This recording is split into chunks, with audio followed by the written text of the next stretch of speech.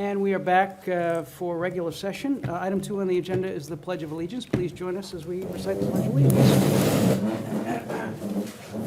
I pledge allegiance to the flag of the United States of America and to the republic for which it stands, one nation, under God, indivisible, with liberty and justice for all. Thank you for that. Before we go to public comment, I just want to acknowledge our new Executive Secretary, Hillary Waite, who is joining us for the first time this evening. And we're looking forward to working with her and in the weeks and months and years to come. So now, on to item 3, public comment. Do we have anyone here for public comment? Looks like we have someone in the back. Are you here for public comment as well? No? Okay, so I think, anyone else for public comment? Just raise your hand. I think you may be the only one, Senator. So, no? I think you're the only one.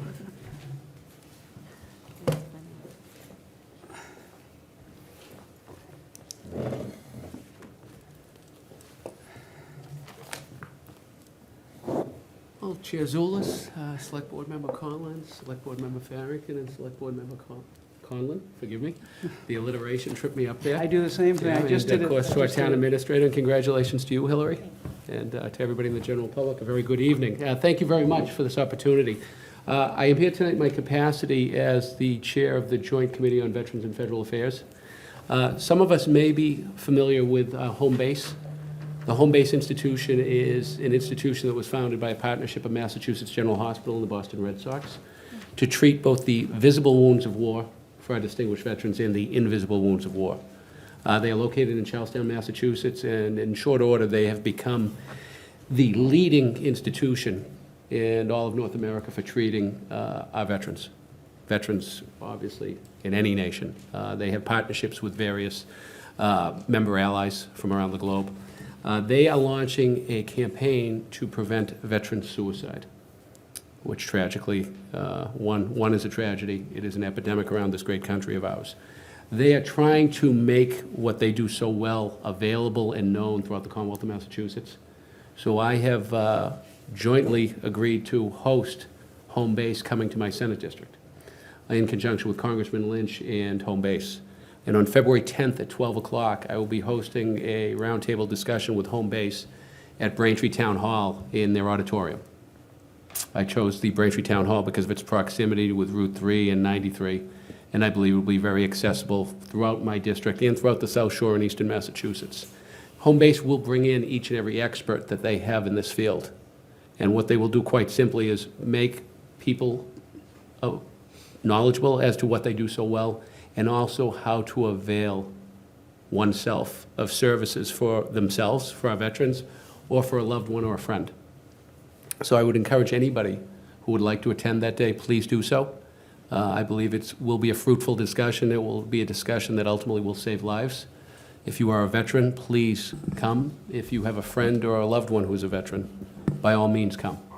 And I believe that what the strides we will make that day will pay dividends around the Commonwealth for a while to come. So with that, I want to thank you very much. I'd be more than happy to answer any questions regarding Home Base, but I believe they have done great things, Home Base, throughout the country and the Commonwealth of Massachusetts, and I believe this campaign is long overdue and will save lives. Mr. Chair, if I might? Yes, Mr. Grant. Myself and Kevin Cook have RSVP'd, and we will see you that day, Senator. Thank you for inviting us. Thank you very much, and please, we encourage anybody in the public to attend who would like to. And I thank you very much. Thank you, Senator. Thank you. Thank you, and if I may, a quick legislative update. On January 30th, we in the State Senate will be debating a comprehensive energy bill, which I believe will be both expansive and very effective. So I just want to make everybody aware of that. Back in 2018, we passed a Clean Energy Futures Bill, which I proudly voted for. This bill encouraged the administration, that is the Baker-Polito administration, to utilize the authority that they were granted under the Global Warming Solutions Act to implement carbon pricing. So that was something I voted for back in 2018, but this will be taken up on January 30th, next week. So please, anybody who would like to obviously attend, obviously the State House is the People's Building, And we would welcome any and all constituents who would like to attend or would just like to weigh in prior to. And I thank you very much. Also, back on July 18th, I'm speaking to you now in my capacity as the Vice Chair of Environment and Natural Resources. We voted out of committee with a favorable recommendation, an act promoting awareness of sewage pollution in public waters, which obviously should not be a problem in this modern society of ours, but it is. But this was voted out. I voted for it favorably as the Vice Chair, along with my colleagues.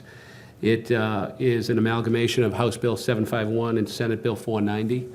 It currently is sitting coded as House Bill 3976 now with the combination of the two bills, and it is sitting in the House Ways and Means Committee.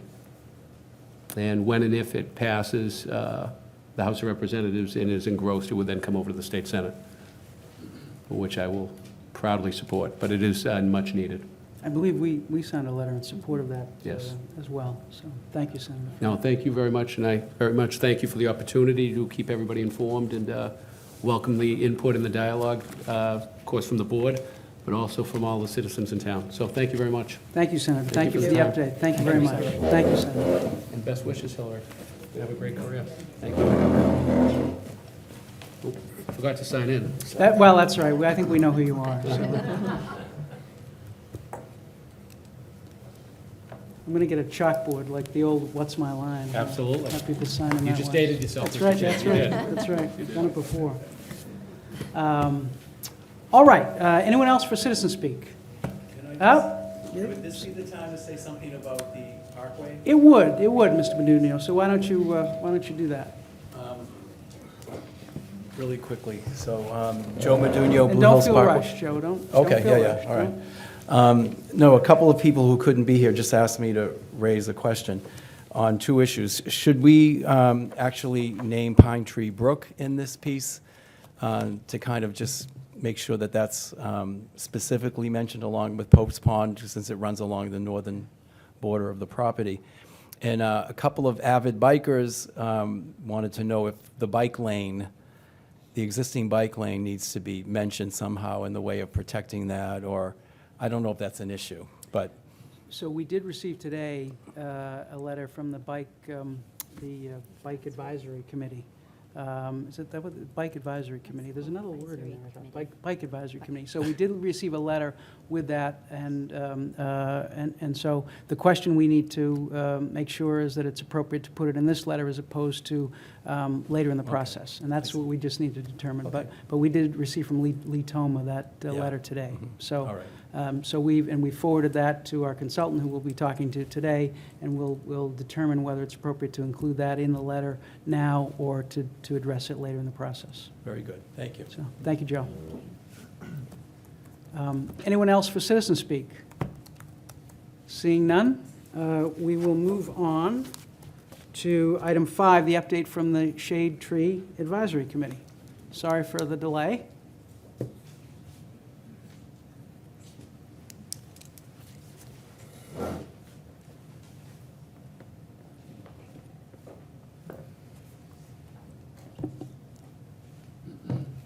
I hope there wasn't required reading for this. You can see some books Just there. a couple suggestions. All right. I'm Laura Beebe, and I have the distinct pleasure of addressing the Select Board and others this evening on behalf of my esteemed colleagues and members of the Shade Tree Advisory Committee. Thank you for the opportunity to share highlights from our annual report. Briefly, as a reminder, the Milton Shade Tree Advisory Committee, which I'll refer to as STAC going forward, was first commissioned by the Select Board in fall 2015, as specified in the Milton Master Plan, and reappointed in fall 2017 to address growing alarm over the deterioration of the street tree canopy in Milton. We're strictly an advisory board with no budget of our own, and we meet almost monthly at Fuller Village.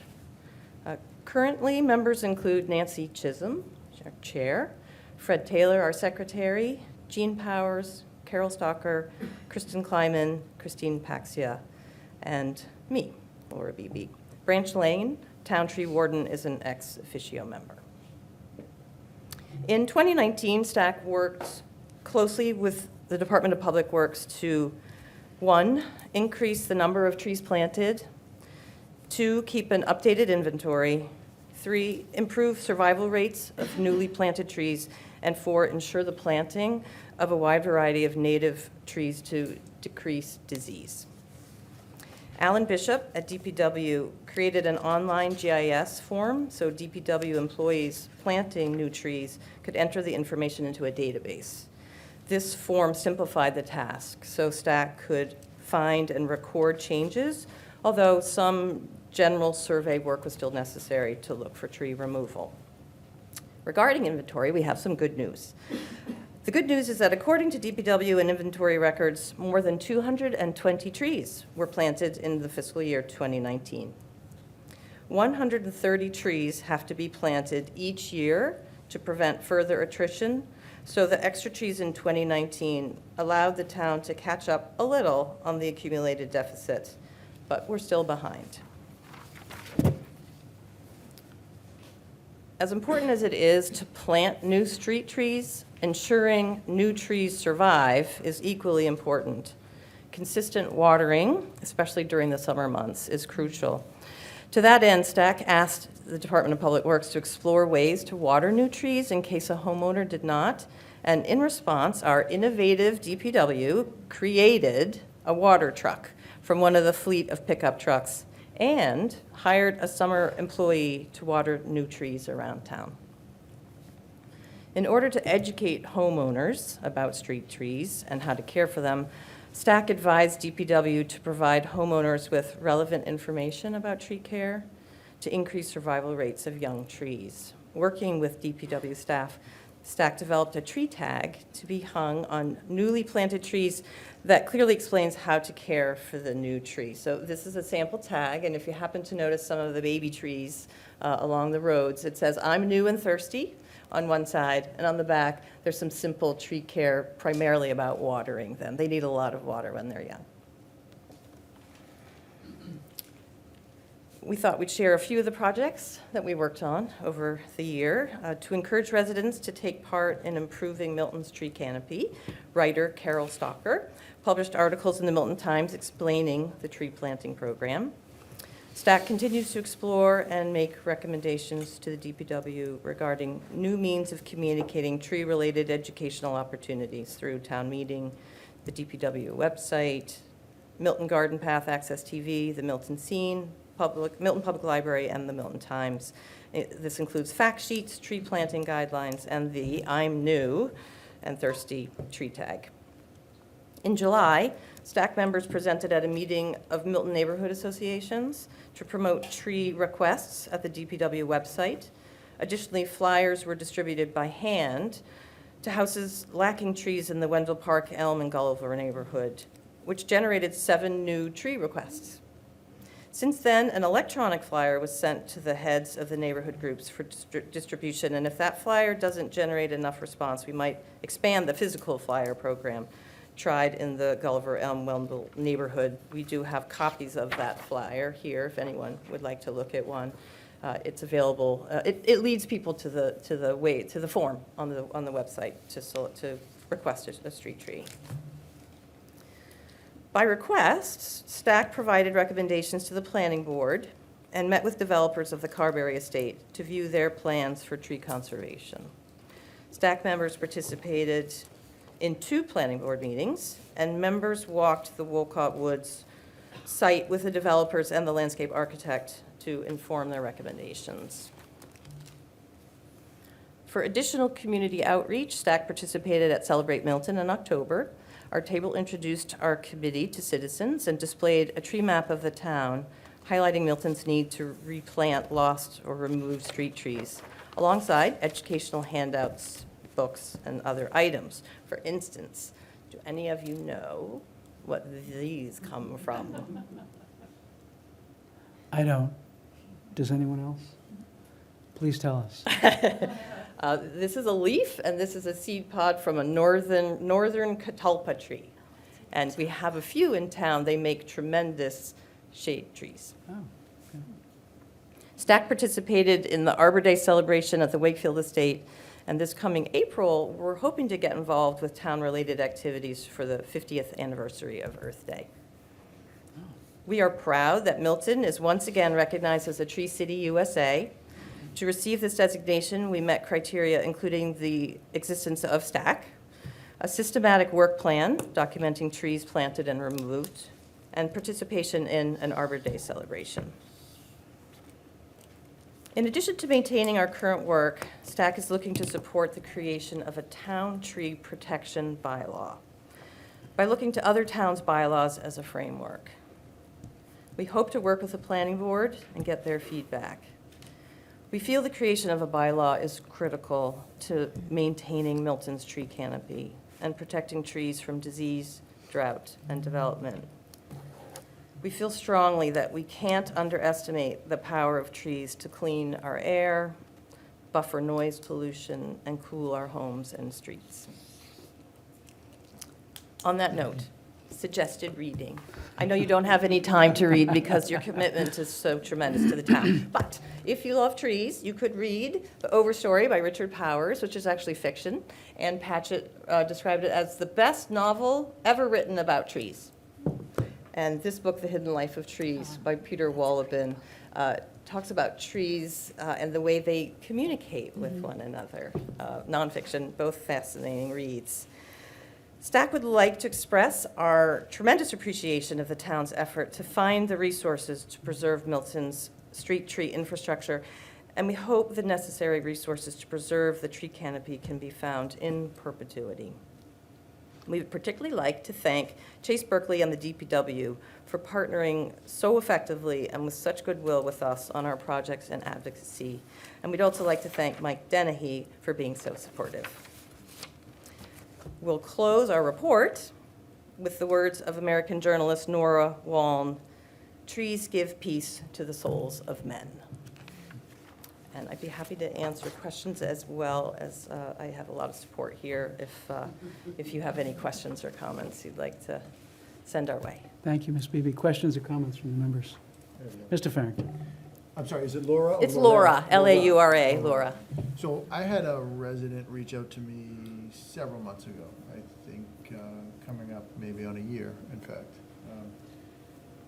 And it was a gentleman who lived in precinct 5, I think, and he had a very, very mature tree in front of his home, 30 to 40 years old, and the tree was knocked over in a storm. And he reached out to me, he said, "What's gonna happen?" I said, "Don't worry, we're gonna replace it." He said, "Well, what will you replace it with?" And I said, "Geez, that's a good question. My guess would be a sapling." He goes, "Well, I don't want that. This is a 30, 40-year-old tree, very mature, provides a lot of shade, very stately looking." Have you ever made a recommendation to the DPW where they replace a tree with something? I understand that there's, like, from a procedural standpoint, you can't put a 30-year-old, you can't transport it. Right, But something more than a sapling, but less than something fully mature. Like, is that feasible? Trees need to be actually fairly small and fairly young in order to survive in a transplanted situation. Okay. So typically, trees of a 2 to 3 inch caliber are planted. Am I right that a larger tree, just the chances of survival actually go down? I see. The bigger the caliber. Okay, okay, okay. Yeah. I understand too from Yeah. from a budgetary perspective, but Right. it, you know, can reach a level where it's just not practical. But- They get much more expensive the bigger they get. But do you see the point that this resident raised, which I think is somewhat of a valid one, which is, you know, I just didn't know if there was a middle ground ever that could be reached, but it sounds like Yeah. there isn't. I don't think so, but, yeah, No, what no. we've been able to do is, if the individual goes onto the DPW website, there is a list of trees. Ah, And what we've done is put together a matrix, Okay. depending on the heights. So if it's a city street, and I probably want to curtail it, that'd be on the shorter side, and the list is I'm, going I'm sorry, Nancy, they can't hear you on TV. Can you want to just come up to the microphone? So Nancy Chisholm is. Yes. And so if on the DPW website, there is a list of trees that have been assembled, and they are divided by height of tree. So depending upon where the tree is going to be positioned, the individual can select what tree is going to be most appropriate. And there's probably about a half a dozen varieties for each of the different heights. I think we have three different heights, maybe, or 2 different heights, a small, or, okay, 3. So I would use that as a guide. Anyone that is looking to place a tree, that they start there, and then they can do some research. What kind of tree do they feel would be most attractive in their front yard? What type of tree appeals to them? And they can put that on the request form that's on the DPW website, along with any notes that they may have. It's very helpful. That's a great Yeah, answer. yep, So so- it doesn't need to be the exact species, for lack of a better word, of the trees, It of the wouldn't other be trees. anything off the list. Okay, Yeah, off the list. Right. And there was a lot of time put into vetting what trees were most appropriate for Milton. Given the global warming situation, some of the trees that have historically been suitable no longer are. So what we've done is really given a lot of thought on the committee. A number of the folks here have expertise in that area and a lot of discussion around it. So what we feel is that the list that's there, Chase and his team have gone out and purchased, and we've been able to make those available for folks. Great. Yeah. Other questions or comments from the members? Ms. Conlon? Just related to that point, are we still offering the program where if a resident buys a tree for the shade tree, for Yeah. the street, not for their own property, but just for the sidewalk tree, that the resident can buy it, Yeah. leave it on order with the nursery, and then DPW will plant it for them? They'll Yes. plant it, yep. Okay. Yep. I know- Yeah. Now the town has been funding, in recent years, we've had a lot more funding for trees, but that was an option that people were using for a number of years when we didn't have money in the budget. So if that's still an option, that's Yeah. worth people thinking about. If they want a larger tree, or maybe a larger, or a different type of tree, then that's an option as well. Yep, that's a great I did point. that for a street tree in front of my house a few years ago, and DPW planted it, so that's good to know that that's still an option.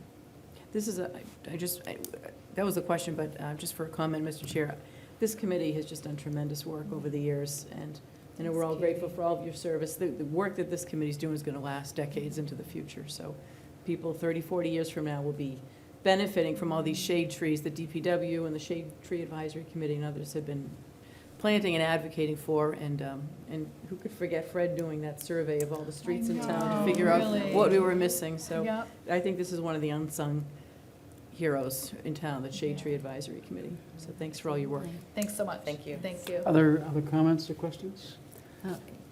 Mr. Chair, if I might, Mr. Dunn. just from a financial perspective, both Public Works from their operating budget and their capital planning budget have invested the same dollar amount going forward for this year. Oh, that's great. Um, Thank you. Still seeking approval of this board and the warrant committee, and town meeting, but Thank you yeah. very much. Appreciate it. Great. Yeah, we've got the support. Yeah. Let me just echo what, Ms. Conlon, so you? Yeah. Let me just echo what Ms. Conlon said. What a fabulous, productive, important committee that's having an impact not only 30 to 40 years, but today, every day. So please keep your enthusiasm. Please keep going. Please keep doing what you're doing, because it's just so important, and it's great to hear. You know, we have so much good volunteer work going on in this town, and this is just, the productivity and the importance is just astounding to me. So thank you so much for what you do. Thank you so much. Thank you. Good evening. All right, so on to another fabulously productive committee, the Cunningham-Collycott, item 6, the Cunningham-Collycott Green Space Committee.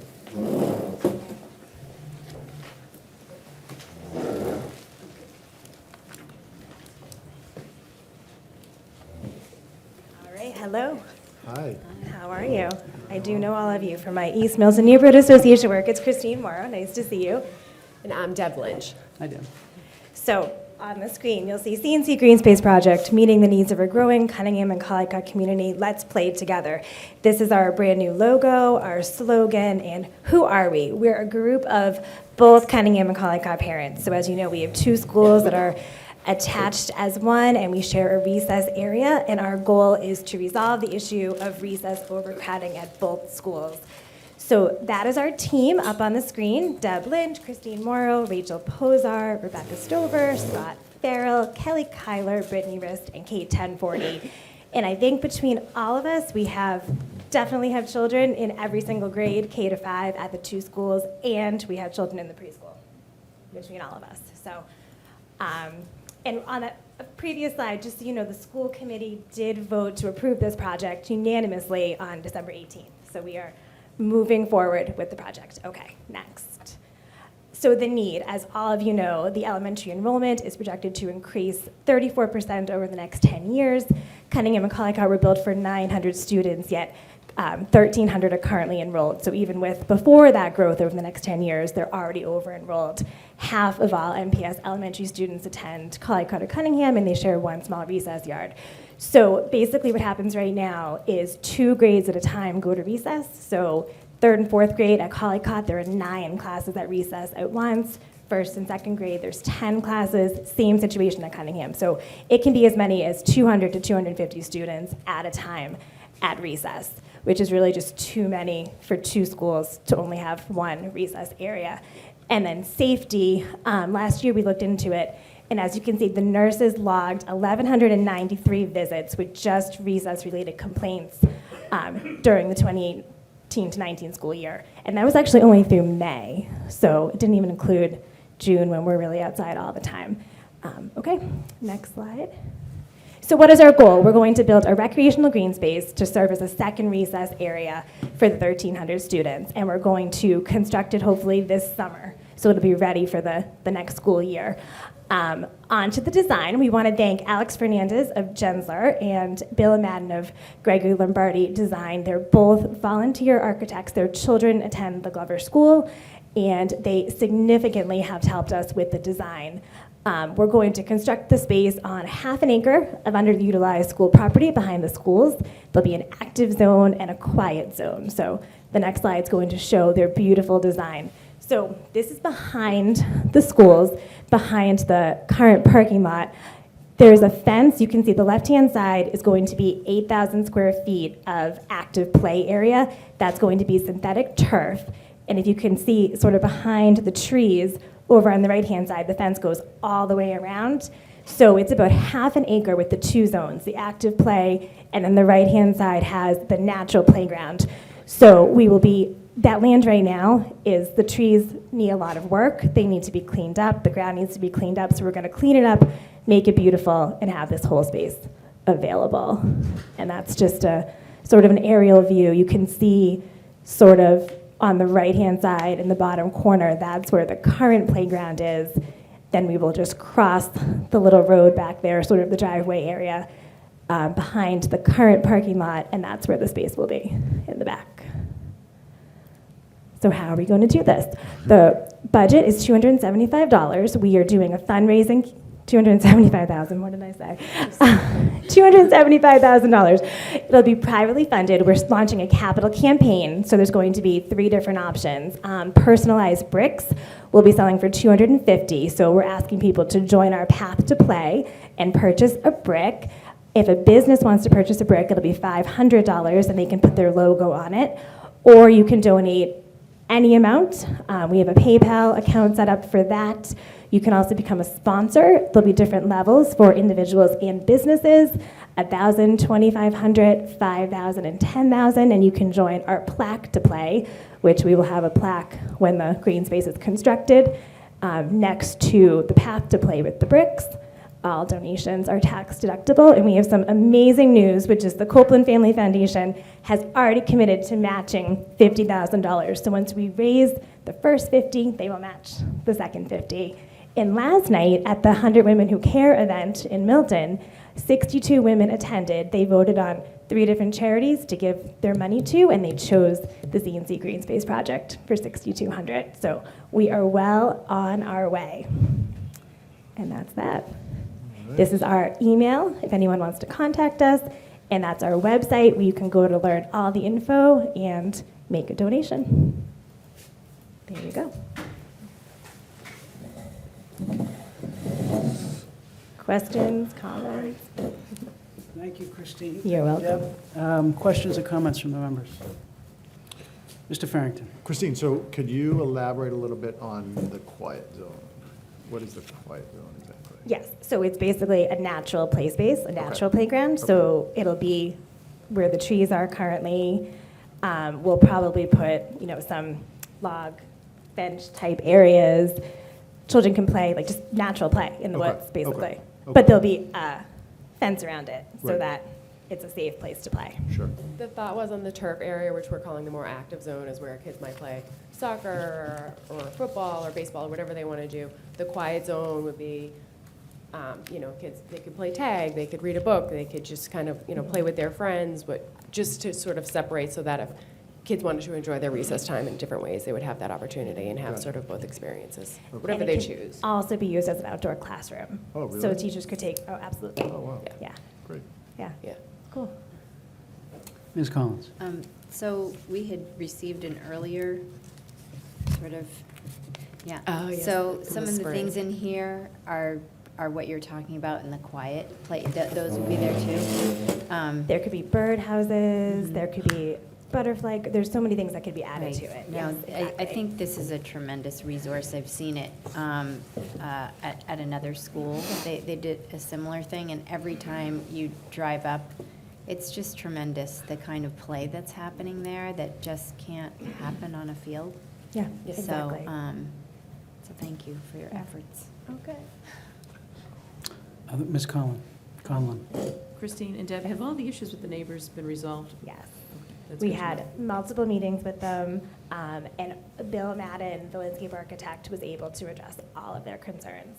They That's are great. happy about it now, which is wonderful. That's good, good result, thank you. Yeah, we really worked well with them. They were totally open, totally agreed to the, that there was an issue, that there was a need for this. This was probably where it was going to be happening, but how could we make it work so that everybody was, they could live with it, we could live with it, it would maximize the space for the schools, but also that they would be able to tolerate it. And, I mean, we spent a lot of time with them, and we had a great result, so it was time They for especially us. love this right-hand side with the natural open space. Thank you. And we're going to be putting in the back some extra, we're planting actually 10 to 15 trees that the landscape architect's going to work with them and us to figure out to keep the screening back there for them. And there's a lot of trees in the front that are already, that don't have the tops cut off, so they need to be removed anyway. So, So the abutters have some input as to what the design Yes. will be? yeah, and the most important thing for them is that we keep in communication with them, which we Of promised course. to do. Yeah, Of course. yeah, no, they've been great. Because I recall when you had this first meeting at Mm-hmm. the Cunningham Hall, Yes, you were It- sitting next to me, that's it- right. it was very productive, but at times it was a little contentious. It was. Understandably. 100%. Understandably. So it's good to hear that. I would say our final meeting was a complete 180 from that. Great. It was unbelievable. Okay, Yeah, excellent. yeah, with the direct abutting neighbors. Yes, Yes, Mr. Bancali in particular. yes. Yes. Oh, no, he moved. Oh. They moved. Other questions or comments?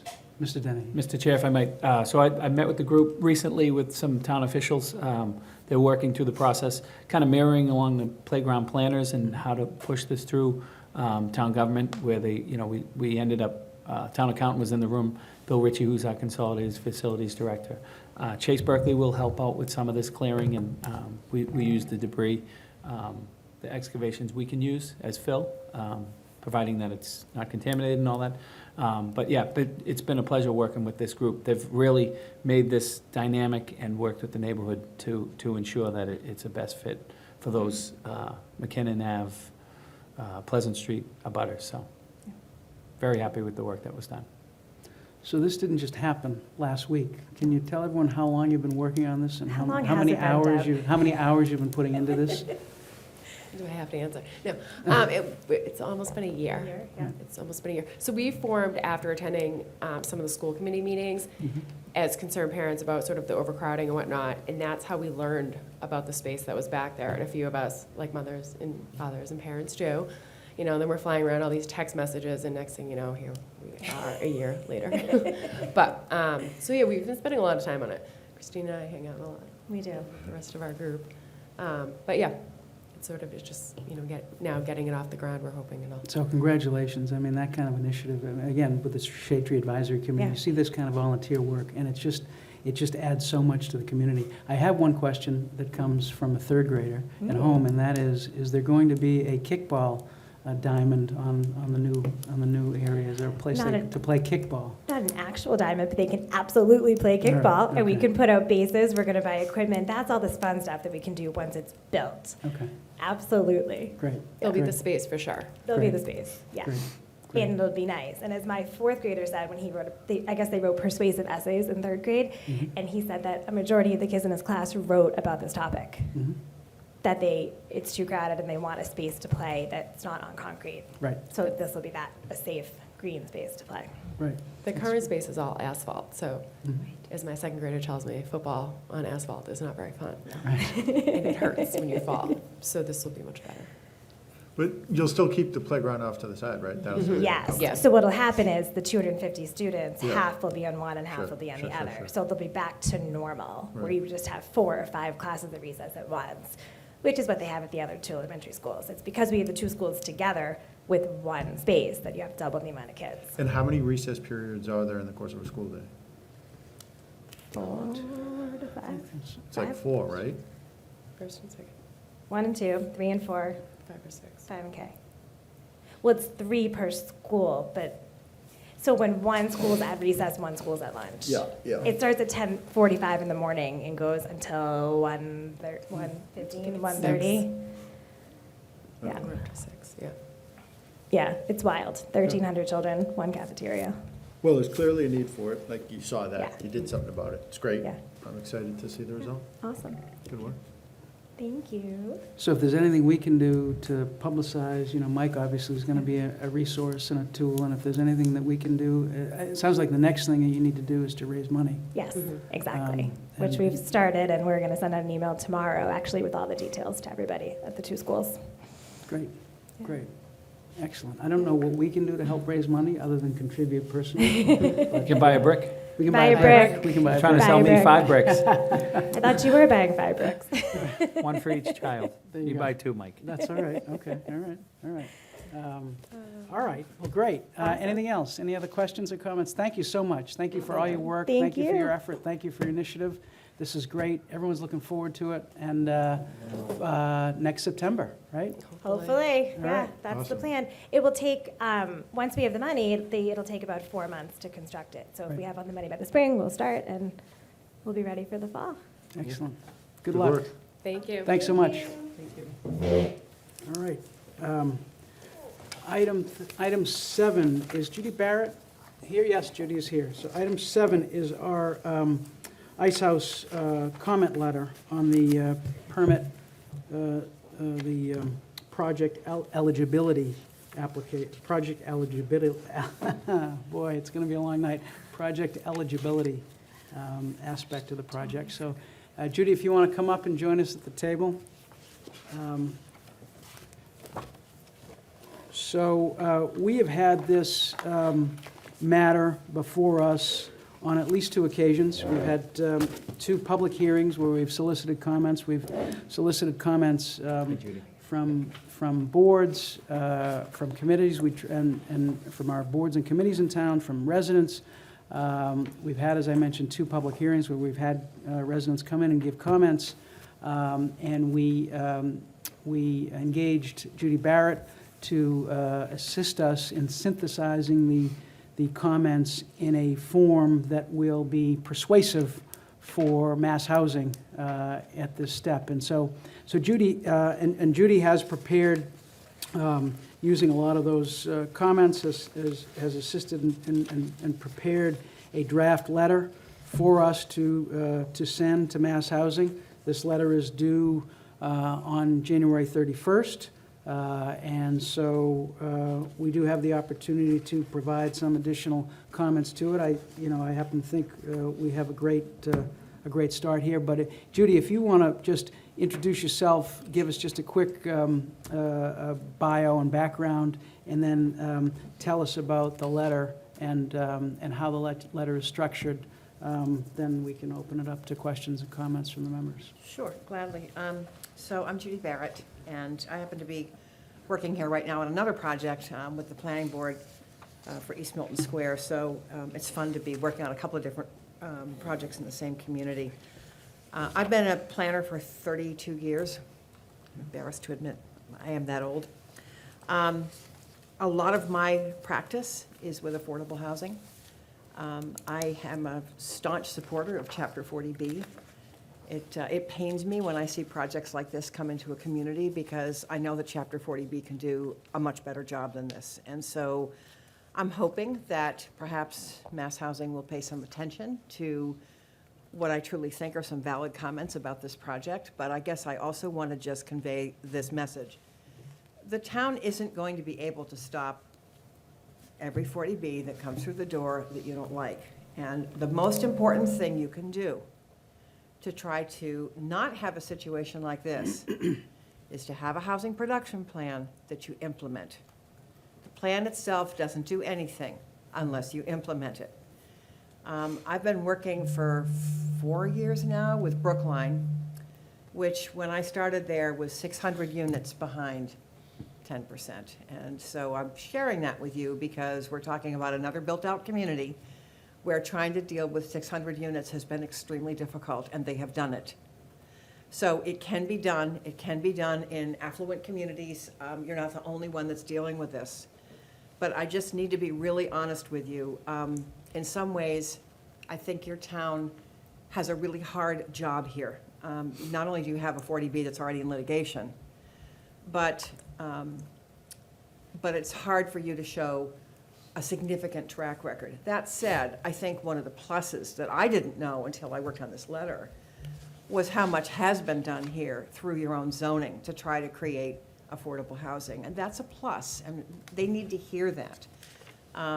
Is it the, the Chapter 40R success of a town like Reading? No, but there's something that's happened here, and so they need to hear those statements. So that said, I just really encourage you to think broadly and strategically about how you're going to get to 10%, because you don't want to have to do this every time one of these projects comes in, and you really don't want to have to deal with something that's this atrocious. So that said, the way I tried to approach this was to think about what are the standards that Mass Housing is supposed to pay attention to in the site approval process. There are several criteria that are supposed to guide their decision.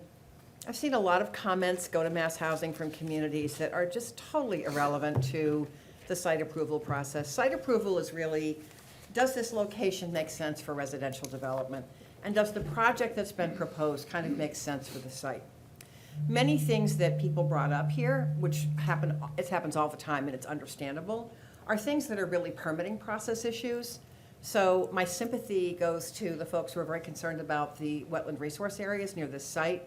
But from a Mass Housing perspective, that's really a permitting issue more than an appropriateness issue of the project. So I didn't want to ignore those issues, but I don't think they're the dominant point of the letter. And I'm afraid if you try to lead with that, in some ways you're sort of shooting yourself in the foot. So I tried to kind of give them some background, which I'm assuming the relationship manager who has this project probably heard a lot of this from you already, but to document for the record kind of what happened in terms of the zoning for this site, a little bit about just sort of the history of the property, and then really focus on the two criteria that I think are the most relevant for this review. And one is just, the appropriateness of the design for the project and the suitability of the site. And so that said, I think that the proponent and Mass Housing can do much better than what's been proposed here. I don't think there's any question about that. My biggest concern about this project is not the density. It may be possible to do the number of units they're proposing with a different design. So I wouldn't even go there on density. I don't think it's relevant. But the prospect of having a wall 30 feet off the street down that frontage is just insulting to me. Some of the nicest 40Bs I've seen really sort of pay attention to what's around them. So what's at the street in scale and in height and in massing makes sense. And so if there's bulk, it's in the back, and it's just a little bit masked from the view from the road. I can almost imagine a situation here where maybe they have a larger structure than some people might like closer to the street, but the height is fashioned, the roof structure and the articulation of the facade is such that you have a sense of breaks, and the building faces the street. What's so egregious about this project is that it's a wall. and that the real sort of face of the building is sort of interior to the site. They can do better than this. So I wanted to kind of make that point, because my concern for your Board of Appeals, I do a lot of work with CPAs, and I've seen some good design review kind of turn these things around, and I think that, it's just harder for the board to get a better design once the project gets a site approval letter. And I think the applicant knows that. So you want to try to make the point at this level that really Mass Housing has a duty to not hand your Board of Appeals something that's really, just inappropriate. So I thought that was important to stress that. And then, it's hard to say the site is not suitable for residential development. Of course it is. It's zoned for residents. It's a residential area. So I don't think it makes much sense to kind of argue that, but I do think that it's important to kind of then stress to Mass Housing, this community hasn't been sitting on its hands. It has done some things. It has created some affordable housing. So if you're going to approve this in some form, don't give us this to have to deal with. Let's respect what this area is. Let's kind of respect the type of residential development that's around it and try to get to something that's a little better designed. Mass Housing has the tools to do this. They have design guidelines. They need to use them. And then I guess I thought, I was very troubled when I read the comments that you got from people who really focused on the errors in the application. And I didn't want to make that the dominant point because it sounds a little bit petty, but there are so many mistakes in that application that it concerns me about the applicant's ability to take on a project of this complexity. People who think that 40Bs are easy and the developers just make a lot of money are so wrong. They're not easy projects. They're very difficult. Someone typically has to be prepared to go through litigation. You already know this. These are complicated projects if you can't find enough buyers, because this is a home ownership project. So if there's any issue with the pricing of the unit, the affordable units, and they're shot too high that you really can't get to the market that needs them, there's risk here. And so for someone to not care enough about their application to check and proofread it and just understand they're not dealing with a blighted area, they're not dealing with a town center. I mean, all these things you already know. Mass Housing probably may not care about that, but I think the town has a right to say, we deserve better than this. So if you are going to approve this application, you need to have this developer get a better team. And I have one more thing I want to add. I did watch the tapes of the selectmen's meetings. Thank you for sending me the link. And I was, as a housing consultant, offended by the applicant's housing consultant explanation when one of you asked what's the difference between affordable housing and subsidized housing. Let me just make something very clear. In an affordable housing development, this is probably more relevant for rental than ownership, but people always want to know, is it going to be those people?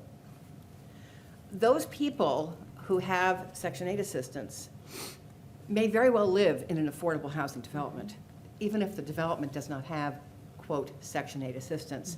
Because if the affordable rents are low enough that someone can choose to live there, they will live there. I've monitored these developments. We have families that, thank God, have a choice and are able to move into an affordable, mixed-income affordable housing development with Section 8 assistance. So people need to stop this conversation about who are these folks and what can they afford. It's just inappropriate, and that was the answer you should have been given. It's not an appropriate question. I don't mean to be so harsh, but it's not an appropriate question. Thank you, And for Judy. that reason, I tried to stay away from inappropriate things in this letter. No, it's an important message. Thank you, Judy, for pointing it out. Questions or comments from the members? Well, I just want to say thank you. I really appreciate what you just said, because that was my reaction Yeah. at the time. You had a look on your face. I Yes, think she gets it. that was not, that was so incorrect and hurtful. So thank you. And I appreciate all your work on the letter, and especially some of the extra touches, such as saying, maybe assembling another team would be really helpful, because these are very complex projects. And we really appreciate, actually, that somebody's come forward who's local, who's interested in doing something and providing affordable housing, and we want them to succeed. So I really appreciated that point, because it's a great way to be helpful and encouraging. Other comments or questions? Ms. Conlon? Judy, thank you very much for your draft letter. I thought it was very good. I sent over today to the chair just some minor comments. The most significant one, I think, was on page 3, and I don't know if these went over to Judy or not. I actually have your You comments, do, yes, I okay. do. So, in fact, Judy, the main comment that I had was just to mention that where you talk about the Central Ave PUD and the building that has been built and the one, Henry's building, that is under construction, I thought we should probably add in there the work that the Master Plan Implementation Committee has done, and that the planning board is putting forward in May for the Milton Village Business District for Good point. zoning for that. And the comment that you made about East Milton actually made me think, should we mention that as well? I mean, you're working on an effort now. There had been some prior efforts because of a proposal that was a mixed commercial and residential proposal that was made a couple of years ago for East Milton. And there were a lot of community meetings and discussions at the time, and there was some talk about, and some initial efforts on trying to draft some zoning and plan for that area, but there's now a more concerted effort. We've had the ULI, we've had a committee appointed, so I don't know if that is worth mentioning also. That's at an earlier stage than the Milton Village area. Do you think that's worth including in the letter? Well, the reason I didn't include it was just that it's so early, it seems to me, because I'm kind of in the middle of it now, but it seems kind of early. I think that you lead better when you talk about what actually has happened. I don't think there's anything wrong with mentioning that the town is embarking now on planning for East Milton Square, and that the town brought ULI in, but I don't know that I would go too far with it, because you don't know what's going to happen with that process, so Yeah. if it takes Mass Housing 6 months to deal with this, and everything blows up in East Milton Square, you may not want to be on the record about that, but I think these other things where you've actually had success are really, very important to stress, because I'm sure they don't really know this, and they should. And my other question was, has this gone over to town council to take a look at? I believe it has. It's in his hands, yes. Yes, Yep. I believe it has, yes. But thank you, Judy, I thought it was a great letter. Thank you for your efforts. A couple of things, Judy, and again, thank you. You're welcome. Thank you for all your work on this. A couple of specific things. Mr. Badunio from the Friends of the Blue Hills raised earlier this evening whether we should reference, in addition to Pope's Pond, reference Pine Tree Brook, which is in the area of the property. Do you think that might make sense as well? I don't think there's anything wrong with mentioning it.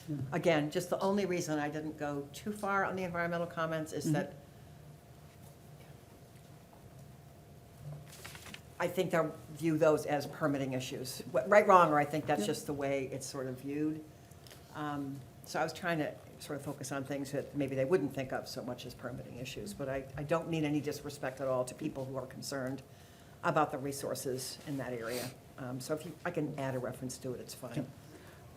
Second, we received today from the Bicycle Advisory Committee some thoughts. It seemed to me there may be a few things we could incorporate in this. I'd be interested in your thoughts. I know it came today. I don't know if you had any thoughts. I skimmed it. I Yeah. actually didn't have a chance to really Okay. read it. It was a crazy day, but. There were some things about the development, about bike storage, in addition to the surrounding area, the walks and the crosswalks, Yep. and the no parking zone on the parkway, but there were actually some things about the development, including Yeah. lock storage for bicycles. So that may be things that we could include on that score. Yeah, I think those are definitely things that should be mentioned. I mean, it would just be good project planning, frankly, to accommodate some of those things. So Okay. I think that's fine. Okay. And then finally, for me, we had thought, excuse me, in this process that we would include a lot of the citizen feedback as addenda or exhibits, the emails, the letters, the things that we've received from our boards and committees. And I'm asking you as an expert in terms of presentation, is that a good idea or is it not a good idea? I think that there are some inappropriate comments in some of those items that you received, and I'm not sure it helps the town to send those along. Okay. I think that, you know, you've done your job, you've asked people for input, you've got a lot of input, and a lot of it's very good. But I think that some of the comments, and I think you probably know what I'm referring to, but there are some comments that I think are just not helpful to the town's position. Okay, okay. All right, that's, Ms. Collins. So even things from boards and committees? I think there are some comments that are not helpful to the town's position. Yeah, I mean, look, we could either, there's a couple of ways to go. We could try to pick and choose, but that might, it seems to me it's probably easier to go one way or the other, rather than picking and choosing. And in terms of presentation, if the presentation will be better and stronger with mass housing by not including either all of the exhibits or a subset, my view is, let's make the best and strongest case, so. I think that you've, you know, we've said early on in the letter, you've tried to distill from everything you've heard, so I think it's clear that you've got a lot of comments. I would like to see you not inadvertently shoot yourself in the foot. Just leave it at that. I appreciate that. Mr. Farrington? Judy, I do have one question. Sure. In your work on 40B and in this process, can you think of a project that's analogous to this one, either the one that's been proposed or perhaps, more importantly, the one that we would like to see? Something that we could use as a point of reference, a frame of reference, if you will. Realizing, of course, that it's going to be, you know, it's not going to be. See, that parkway is so identical. special, it's hard, off the top of my head, to think of a comparable location. And I'm sure there is one, it's just not coming to mind. Sure, of course, yeah. But I will tell you, one of the reasons I was so offended by the back of the building to the street is that there's one of those in my own town. And I live in Duxbury, so we've been through our 40B wars there too. But there's a Chapter 40B development, and when you drive into the development, it's actually very nice. The buildings are lovely. But the back of this, it's sort of like a courtyard type, so the back of one part of this square, sort of, is facing the street. And so they clear cut a site, and just the whole frontage is back wall, in a residential area. And when I first saw that project, I thought, what a terrible thing to do to a neighborhood where you have single-family homes all up and down the street. This could have been so pretty and so nice, but it has its back to the street. And I saw another one in a town recently where I worked with the Board of Appeals, where frankly, it was just to cram as much in as possible. When buildings have their back to the street, it's essentially to say, we're not part of you. And that is the worst message in the world to send for a 40B project, is that we're not part of you. So let me think about it. I'm not going to be able to answer your question right now, but it is a special location. Yep. And I'm sure there probably is an example somewhere. Okay, sure, to be continued. It'll probably hit me at 2 o'clock in the morning, but right now I just can't think of one. Of course. I have seen some lovely 40Bs. I just think that this particular site is a bit of a challenge because of the parkway, because of the development pattern that's out there. And I don't think it's an impossible site to plan for a 40B, but not this. Sure, okay, great, thank you. Other comments or questions? Thank you, Judy. Thank you. So in terms of what we're going to do now, don't leave just yet. It seems to me that we can either vote this letter, there are going to be some changes. We'll be making some changes over the next few days. I think we're going to have a short meeting on our warrant articles between now and February 12th. This letter is due on January 31st. We've discussed some of the changes we'll make, some of the tweaks we'll make. So it seems to me it may be better if the members are available sometime next week. We're going to have to meet on the I believe on a planning board article or articles, and so it may be better to vote on the letter when we have it in final form. So that's my suggestion. So if the members are available. I think Friday is a problem because of the MMA, and I think we're looking at maybe. Sorry, Judy. Right. I think we were looking at maybe Wednesday. Did people have availability Wednesday morning? Well, we actually have a finance committee meeting at 8 on Monday, if On Monday. that's, Well, so then the question is, would you be done by 9, and could we meet at 9, or could we meet before, at 7:30? You know, I'm happy to meet at 7:30, happy to meet at 9. I leave it- Mr. Chair, Yeah, we Mr. we would Daniels. have had to post that this evening. Oh, that's Oh, right. right. Oh, this is Yeah. for Monday. The 9 This is o'clock for one, Monday. the 9 o'clock Monday. Monday would work. Would We could get in work. first thing tomorrow Yeah. morning Okay, and post that 7, agenda. yeah. so I leave it to the finance. Do you think you can finish your meeting by 9, and we can, Yeah, oh, we- we could do it, Tony, is 9? We usually go longer than an hour. Yeah. Is But 9:30 we could 9:30 really maybe? try to keep it to an hour and let everyone know we need to, we have the warrant committee chair coming in, so we have 2 items on the agenda, the budget with the schools as well as the warrant committee chair on some of his proposals, so Tony, I mean, is we 9:30 need a too little late? more than an hour. For Monday? This would be Monday? Oh, no, Yeah. Monday, right? Monday, Yeah, the morning. 27th. Yeah, sure, we can do that. 9:30? How about 9:30? 9:30? Yeah. That's Or fine with that- me. 9:15, Let's do 9:30, that'll give you just in enough case time. we finish a little bit early. All right, yeah, maybe post it for 9:15, and we can always, okay. Okay. So Judy, if we could have this, the changes, and I'll work with you on the changes that we're going to make, we can have that teed up and ready to go, you know, ideally by Friday, so the members can see it. I know, sorry. Well, it's not much, I could make the change. How about Friday? Okay, Friday Okay. night? Yeah, or sometime over the weekend, just so people have Well, it we before could do Monday morning. Wednesday. Yeah. Okay, I was just No, trying no, to- Monday's okay. good, Monday's good, All right. Monday's good. Monday, let's do And Monday. I'm happy to help. So we'll have it teed up and ready to Sure, go that's by Monday, fine. and we'll work on that. It's not a lot of change.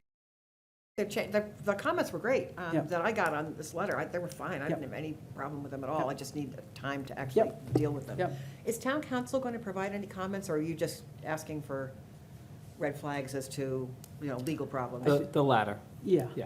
the Okay. latter, and we'll make sure that we have any feedback from them Okay. by Friday. Okay, all right. Yeah, that's fine. So, okay, All right, anything else? so we'll vote on this on Monday. We'll post a meeting for 9:15 on Monday with this on the agenda and also the town meeting articles. Okay, great. Judy, thank you so much. All right, have a good meeting. Great Bye. to meet you. All right, so that's that. That's item 7. I see our traffic mitigation, Ms. Don't Collins. we need to Ms. Collins. talk about Next steps. next steps for the ice house? Next steps for the Yeah. ice house. Yes, so, next steps for the ice house. And along these lines, I think it was mentioned in a planning board meeting, the developer has indicated a willingness to discuss the project with the board or subset of members of the board. And so we think it would be useful to have those discussions. We have had some initial discussions about having discussions and what we would talk about. And so the question is, does the board want to delegate a subset of this board to engage in those discussions on behalf of the board, recognizing that anything would come back to the board and also come back to the public? So that's the question.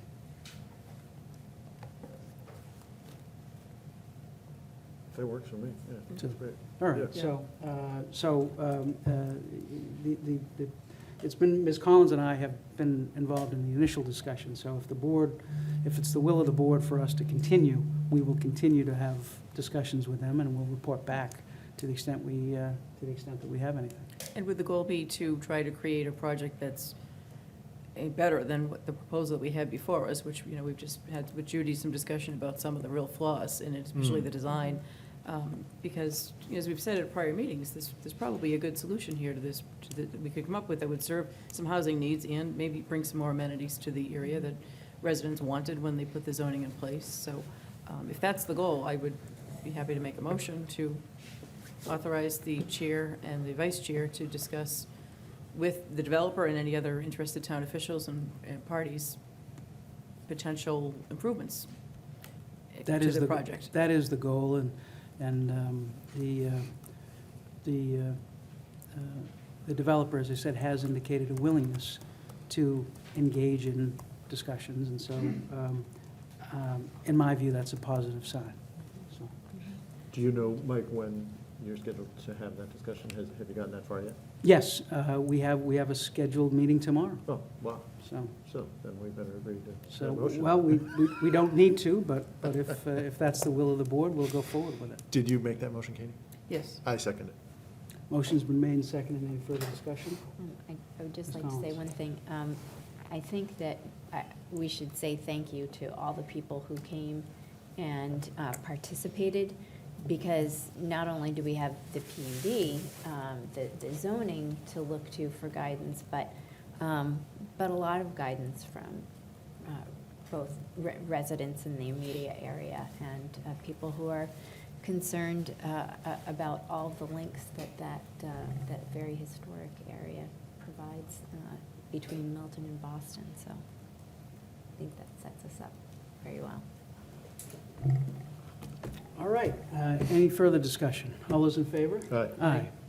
All right, so, to be continued, and to the extent that we have anything fruitful to report, we will do that. So, moving on, that's item 7.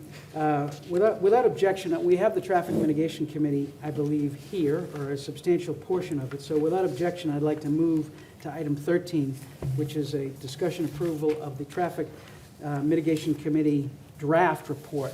I believe I see Mr. Mullen and Ms. Redmond and Mr. Burke I saw here before, Lieutenant Alba, and Mr. Clark is here, I believe, or was here, so maybe he's lurking in the hall.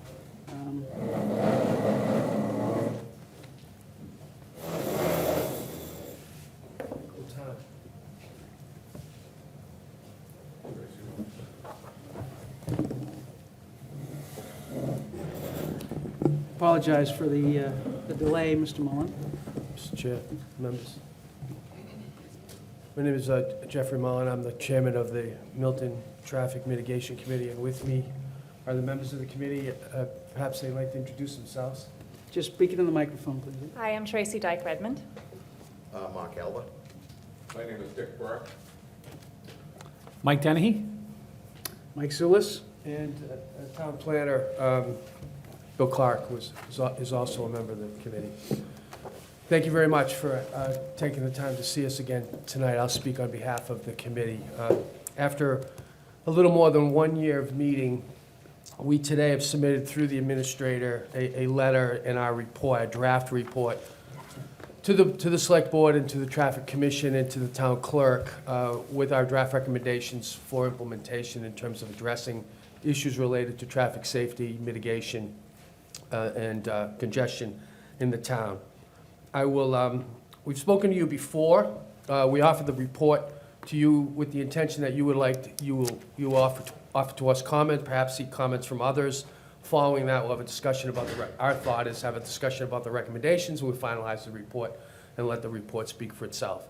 The report makes several recommendations, most of which we recommend be implemented through the town administrator, given the extent of the steps that we recommend that the town take. I think that I'd like to let the report speak for itself, and because we've been before you before, I think you have a sense of the kinds of things about which we speak. But let me make five takeaway points for you. The first, not to bury the lead, Milton has a traffic congestion problem at peak times of every day. That is second. So that's the top level takeaway. We have congestion. It is impacting the quality of life in the town. It's driven by several factors. Certainly the economy is a factor. As some would say, if traffic wasn't what it was, many people wouldn't be working, and traffic is really a proxy for the economy. But this is not the same old traffic that people have complained about for decades. This traffic is a very different kind of traffic, largely driven by the fact that our regional transportation system and highway system is failing at peak hours of every single day. And what's happening is people are getting off the regional highway system, which is designed for high-speed commuter traffic and cutting through our town.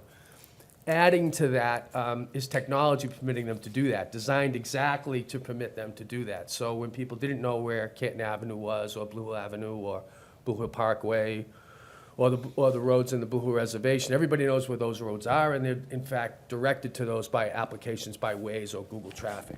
We also have the phenomena of Amazon, which is driving an enormous number of trips in the regional area where people don't shop as often as they used to, and now they're getting multiple deliveries a day. We have a lot of data on that. There's also Uber and transportation network companies which drive trips. The point is that every trip counts. And what we have is where we had something like, let's say, 90% peak traffic on our roadways at key times of the day. Even if you add incremental trips to those roads, you're at what Secretary Pollock has said several times is a tipping point. Now, Milton is far from alone. Most towns in eastern Massachusetts and around other communities where we've got high traffic volume are suffering from the same exact thing, and many of those examples are documented in our report, to which I'll direct you for the specific examples. The third point is that Milton citizens, when they spoke to us, they were overwhelmingly concerned about safety on our roads. Safety and mitigation and congestion sometimes are at tension. So, for example, it's not our recommendation to make to help people get through the town. That's not our goal. Our goal is to make our streets safer and to calm them down and to stop Route 28 where it exists on Randolph Avenue from being a raceway and, in fact, one of the most unsafe roads in the Commonwealth. Because of that, we recommend that the town begin to implement and move towards becoming a Vision Zero community, which is a community where all of your roads and all of the things you do about your streets and sidewalks is designed with safety in mind. Now, this is not a recommendation that's made lightly. This is a pervasive cultural move that the town would have to implement, and it would require certainly the leadership of the town administrator who, given his past and his passion for roads and all things transportation, is uniquely suited, but also requires cooperation of the Public Works Director, the Chief of Police, the Fire Department, the town planner, et cetera. It has been implemented with great success in Boston. I think we've all seen what some of the techniques and the tactics that the city has done with great success. One life saved is going to be worth it. Mr. Mullen, could I Yes, interrupt for 1 second? absolutely. And I apologize. No but problem. Could you define Vision Zero for us? Vision Zero is an international program that designed, it's a cultural adaptation with the idea that we need to make our streets safer. And it has a whole series of tactics which make streets narrower, implement traffic calming, use paint on streets, and implement a total, it sits on top of everything else you do with respect to your road network, where the number one goal with every project you undertake, every initiative that you look at will have safety first in mind. I'm not saying that these roads are unsafe. I'm just saying that we don't have a safety first mentality with everything that we do. And we've seen that to a great extent in Boston. Now, admittedly, you see it more in large cities than in small, but Braintree's a Vision Zero community. I'm not sure how much Braintree is committed to it, and I would only recommend that the town get into it with the full commitment, full support of this board, full support of the planning board, full support of the town administrator. So our recommendation at this point is to lay out a roadmap, and so that you can really understand what it will take and become a leader in a small regional town that's a bedroom community to a major metropolitan area. Sorry for the fault. No, it's fine. I'm not trying to get you off track. Are there criteria that need to be met in order to achieve that designation? Absolutely. There's an application process. You need to show a relative serious level of commitment across town government to make it happen, which is why we didn't come out and say, become a town vision community. I really, it's not a top-down effort. It really is a bottom-up, something that people need to buy into, commit to. And it will be permanent. I mean, it's a permanent shift in how we will approach the use of our roads. Okay, great, thank you. You're welcome. Fourth point, while some of the recommendations we make are beyond Milton's ability to solve alone. Not going to solve traffic at the split or on 128 or Interstate 93 or in the Blue Hills Reservation, but There are many things that the town can be doing and should be doing, and we make many recommendations that we recommend you task the town administrator to follow up on and to work through town government. Those are detailed in the report. Lastly, traffic, congestion, safety are a pervasive cultural issue that require a long-term commitment. We believe that the recommendations in our report will require permanent attention by this board. I think it's a long-term play that will yield short-term, medium-term, and long-term results, but will only be achieved through regular attention. And while some of the issues that we face every day, so for example, in the AM peak, where you've got traffic on Granite Avenue or on Randolph Avenue at bumper to bumper, or on a once sleepy street like Hillside Street, where they're bumper to bumper trying to get onto Randolph Avenue in the afternoon, they may seem overwhelming. I do believe every trip counts. And to the extent that we can begin to partner with organizations like the MBTA or embrace bike and bike safety and walking in lieu of taking trips, that's all going to matter. If we can get more people taking the 240 down Central Avenue to the Milton Village trolley stop and getting on to Ashmont, that's going to matter. We should stop running empty buses now. I could go on and on. But the MBTA will be a key partner. The Bicycle Advisory Committee is a key partner. There are many people in town and in the region who are interested in these issues, and there are many people willing to help. And we're looking forward to continuing to work with the Select Board on these important issues. Let me ask my colleagues if they have anything to add. They were great working with them, I'll say that.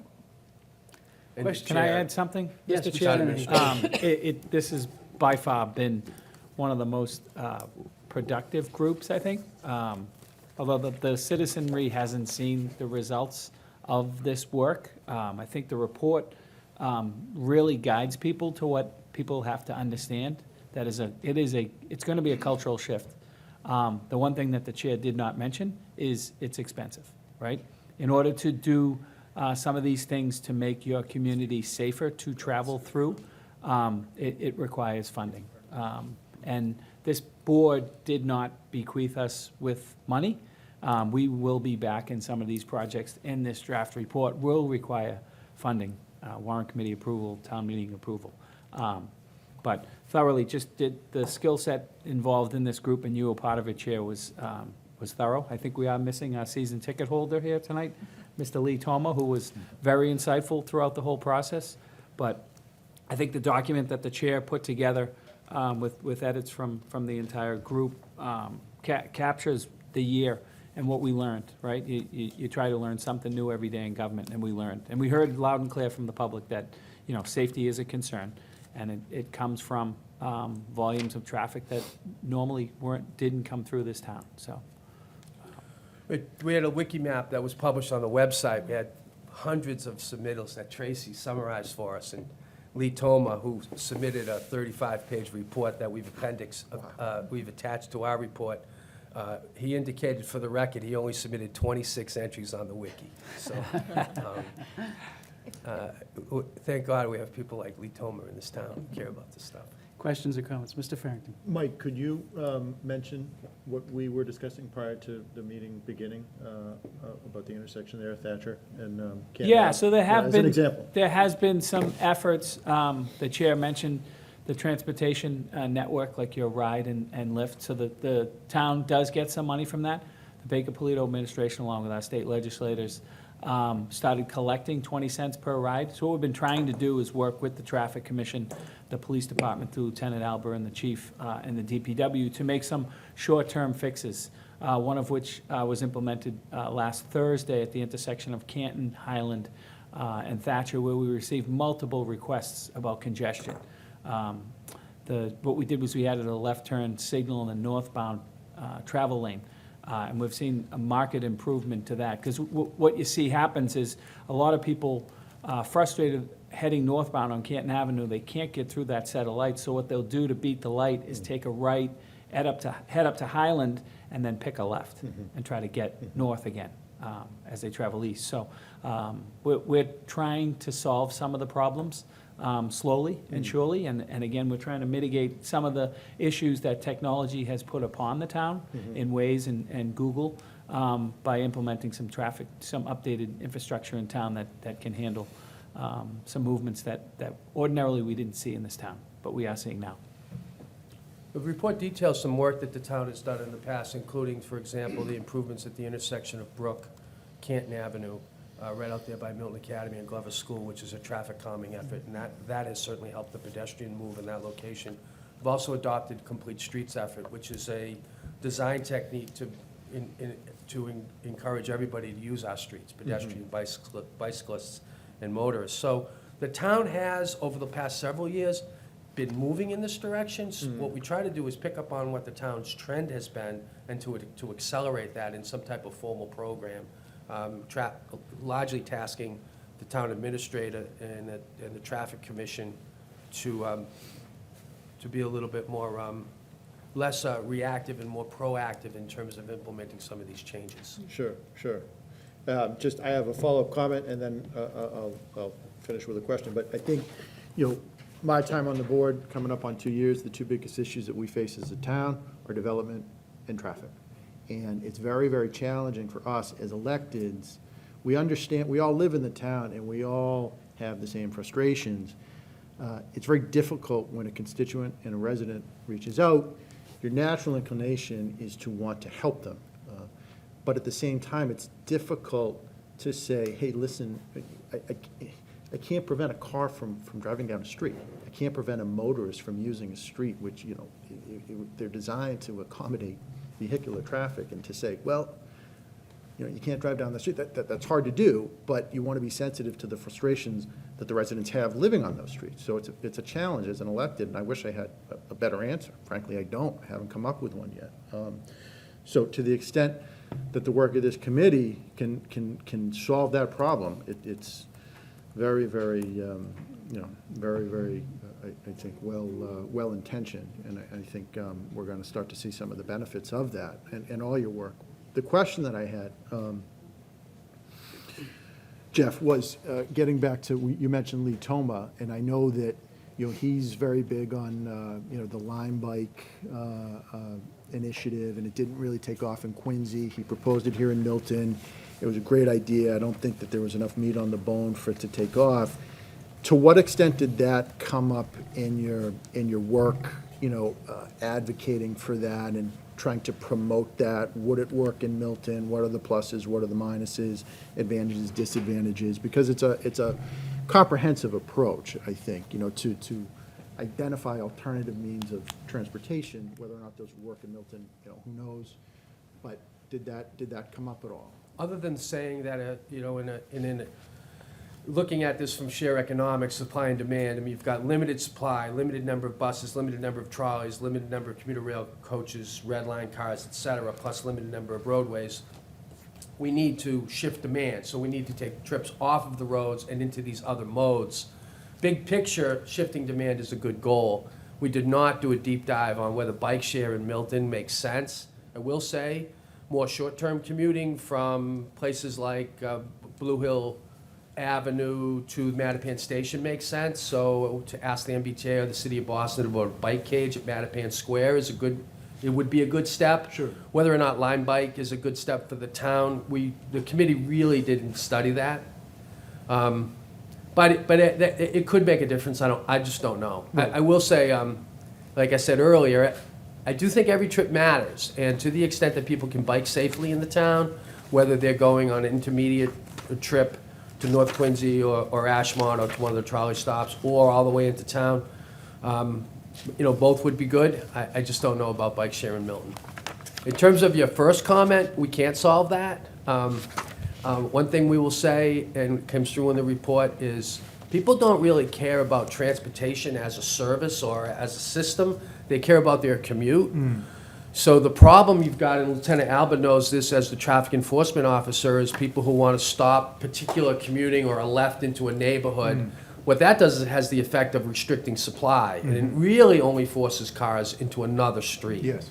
Especially with Waze technology, where people can just look at their phone and, you know, cause additional distraction on the roads in the meantime, and know how to get that to the next destination. As Mike indicated, 15 years ago, it would have been unheard of to go down Canton Avenue, take a left on Highland, down Spafford, take a right on Edge Hill, and then a left. People wouldn't have done that, just would have stayed on the regional roadway network. They can do that now. What we are recommending is that the town give some thought to, or actually recommend bringing in an engineer focused specifically on traffic, rather than the built environment. Somebody who understands traffic and can give recommendations on traffic technologies to assist the MPD in a lot of their enforcement issues. So while we too are sympathetic to that particular person trying to calm the street, the road, the traffic on their street, I think you really need a town-wide approach, and in fact, even a regional-wide approach. So a lot of the traffic in East Milton Square is being driven by development in Quincy, for example. Right. So it's really important that Mike stay in touch with with the city of Quincy. Right, right. Well, what I think I've discovered, and maybe some of my colleagues have as well, is that some of the frustrations that these residents have when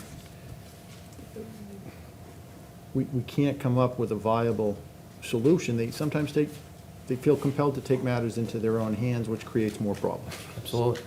So, in any event, one last question, and this might be asking the obvious, but is it fair to say that all of our neighboring communities and communities in Metro Boston are suffering from the same problem? Absolutely. Yes, 100%. Yep, So we're not unique. Every day is another story. We are not unique as a town in suffering from this. No, I mean, I'm sure that, you go to the Massachusetts Municipal Association, they must have four around this, right? They, as a matter of fact, other communities in surrounding Greater Boston have taken more extreme steps than what we looked at.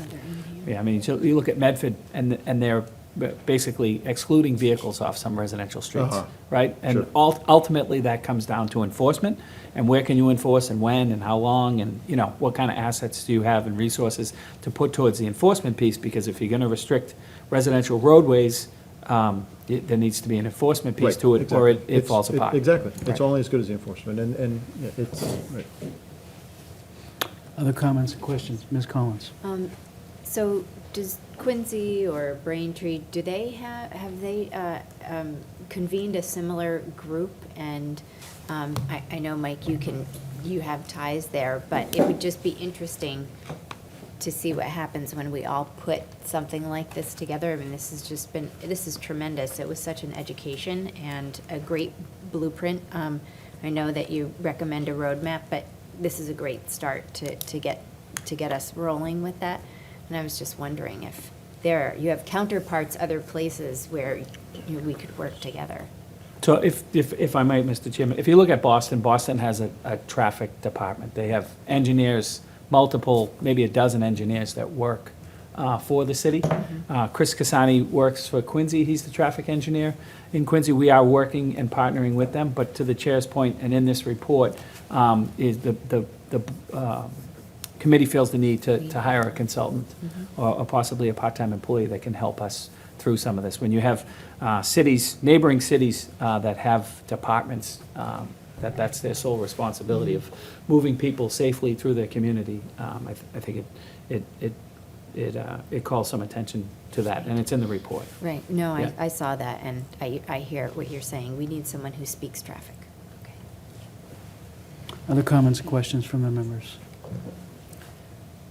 Not Ms. so much a Collins, question, I just Colin. want to thank the committee. I mean, I think tonight we've had two really first-class committees, the Shade Tree Advisory Committee and now the Traffic Mitigation Committee. And, I echo what Melinda said. I thought the report was really a first-rate report, very detailed, a lot of work, obviously. A lot of effort went into it, and we're very grateful for it. My understanding is this is for us, it's a draft form for, you're submitting it to us for review, comment. We may have a final report at a later date based on this draft. Your pleasure. But I really want to thank the committee, including our own chair and the town administrator, as members of the committee, for all of your efforts. Milton and all towns, but Milton in particular has always had a lot of committed, dedicated, people who bring a lot of expertise in certain areas to serve on committees, and this has been no exception. So thank you all for your work and for your efforts on an important topic. Well said, Kate. Mr. Burke, I have do a you want quick comment. I think to, a lot of- Dick, can you talk into the microphone? This is important, we want people to hear you. Thank you.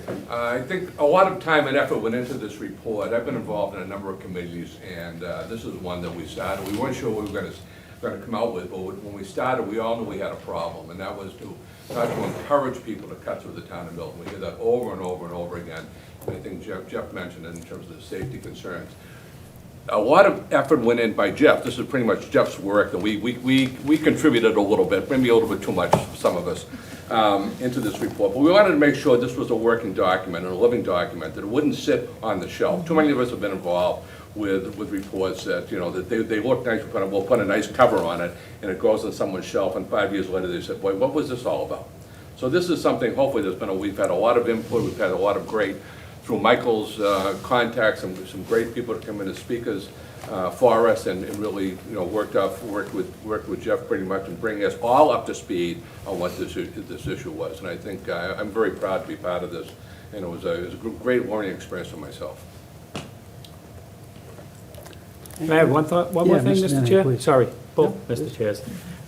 There was an article that was printed earlier in the week, and I think the word frustration is fair to say, when Secretary Pollock mentioned some of the regional problems that are surrounding everyone when it comes to traffic. So I have reached out as a member of this committee and the town administrator, and asked the state if I can help, right, and participate, knowing what we know, seeing the problems we see, are there commonalities, are there differences, but because it's regional. I said Quincy's economy is thriving, and there's bigger buildings going up every day, and they're all heading towards East Milton.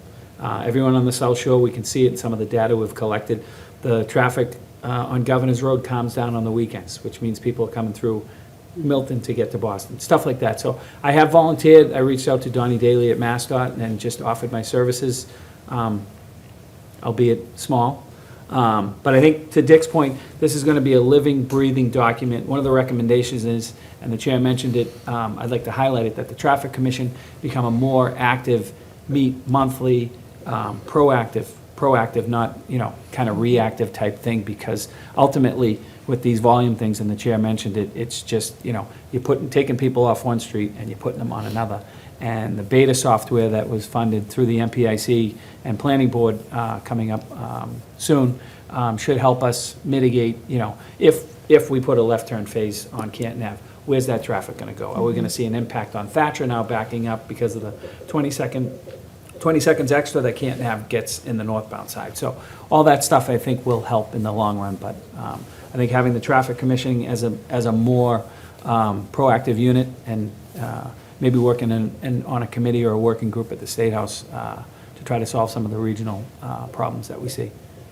I would support that 100%. Support the Traffic Commission meeting more frequently, frankly, because these things bubble up, they reach out, residents reach out to us, Traffic Commission comes up in the course of a conversation, when's the next meeting? Oh, well, it's 60 days, it's 2 months, and things get lost. So if it was more frequent, I think it would yield better results.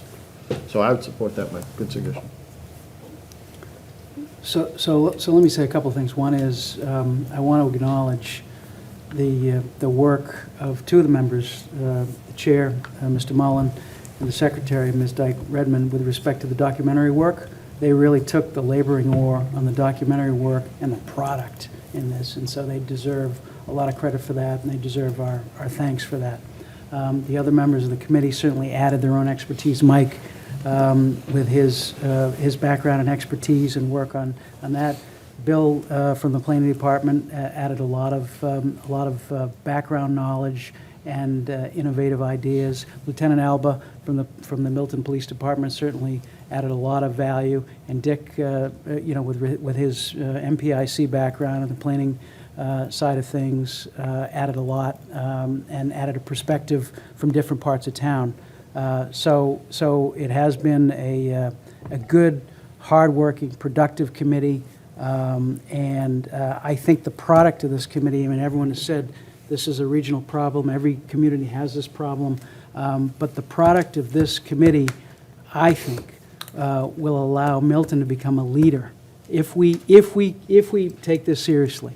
And if we have a commitment to this, then I think we can become a leader as a bedroom municipality in terms of addressing these problems. So that's what, there's a lot of recommendations about continuing working groups, about the Traffic Commission becoming a much more live body, if you will. And so if we have that commitment, and it will also take resources as well, but if we have that commitment, I think we can improve. We've made some small targeted improvements in the course of the year with Don't Block the Box, the Thatcher Street, and some others. But I think, as everyone said, in terms of the big picture, it's really a cultural shift. I think we have the roadmap, and I think we need to demonstrate that commitment. Now, process. This is a draft report. We can get comments from the board. I think we probably should post it so we can get comments from the community as well. We should probably have a time frame in terms of how long we want to allow comments. The committee should accept those comments and synthesize them and reshape the report as it sees fit. And so that process I think we need to decide on right now. So it's January 22nd. Is 30 days the right amount of time to give people the opportunity to comment? If we get this up online, get some comments, is that too much time? 30 days? All right, 30 days. Going once, going twice. Sound good? Perfect. 30 days. So we're gonna have a 30-day comment period. At the end of the 30-day comment period, the comments will go back to the Traffic Mitigation Committee. So we're not done yet. We'll go back to the traffic. Never done, Michael. What's that? We're never done. Well, we'll go back to the Traffic Mitigation Committee, and then the Traffic Mitigation Committee will take those comments and produce a final report, let's say 30 days after that, perhaps. So we're talking about roughly mid-March, mid to late March to getting a final report. Does that make sense? That make sense? All right. Ms. Collins. There are a considerable number of recommendations in the report, and I guess I'm wondering, will we take them individually or by topic, or will we just accept the report? Well, something to think about in the meantime. Well, you mean whether we would vote Right, to act on certain recommendations? Well, and yeah, how would we approach it? I'm curious. I kind of think they might want to know. When I saw what we were just talking about with making the Traffic Commission a more proactive body, I was very excited by that. I thought that was a wonderful suggestion. But that's very different than some of the other things, like saying, well, we're definitely going to put a citizen committee together for this area. I think there are 3 or 4 of those, which I think are wonderful. I'm just curious because I haven't encountered anything quite this detailed before. So I can give you my thoughts on Mr. that Mullen, if you yes, like. please. So the Thank you. committee's view of it is the intention to give you a draft report was out of respect for the select board's role and the fact that some of our recommendations would certainly, as the town administrator indicated, could result in expenditure of town funds. We did not, however, think that we would require you to make your report. So we don't expect your comments to say, well, get rid of this because we don't want to go to town vision. Well, we'll still recommend it, and then it would be up to you as our elected officials to decide whether or not to recommend it, So Oh, yeah, our I thought didn't mean was, that.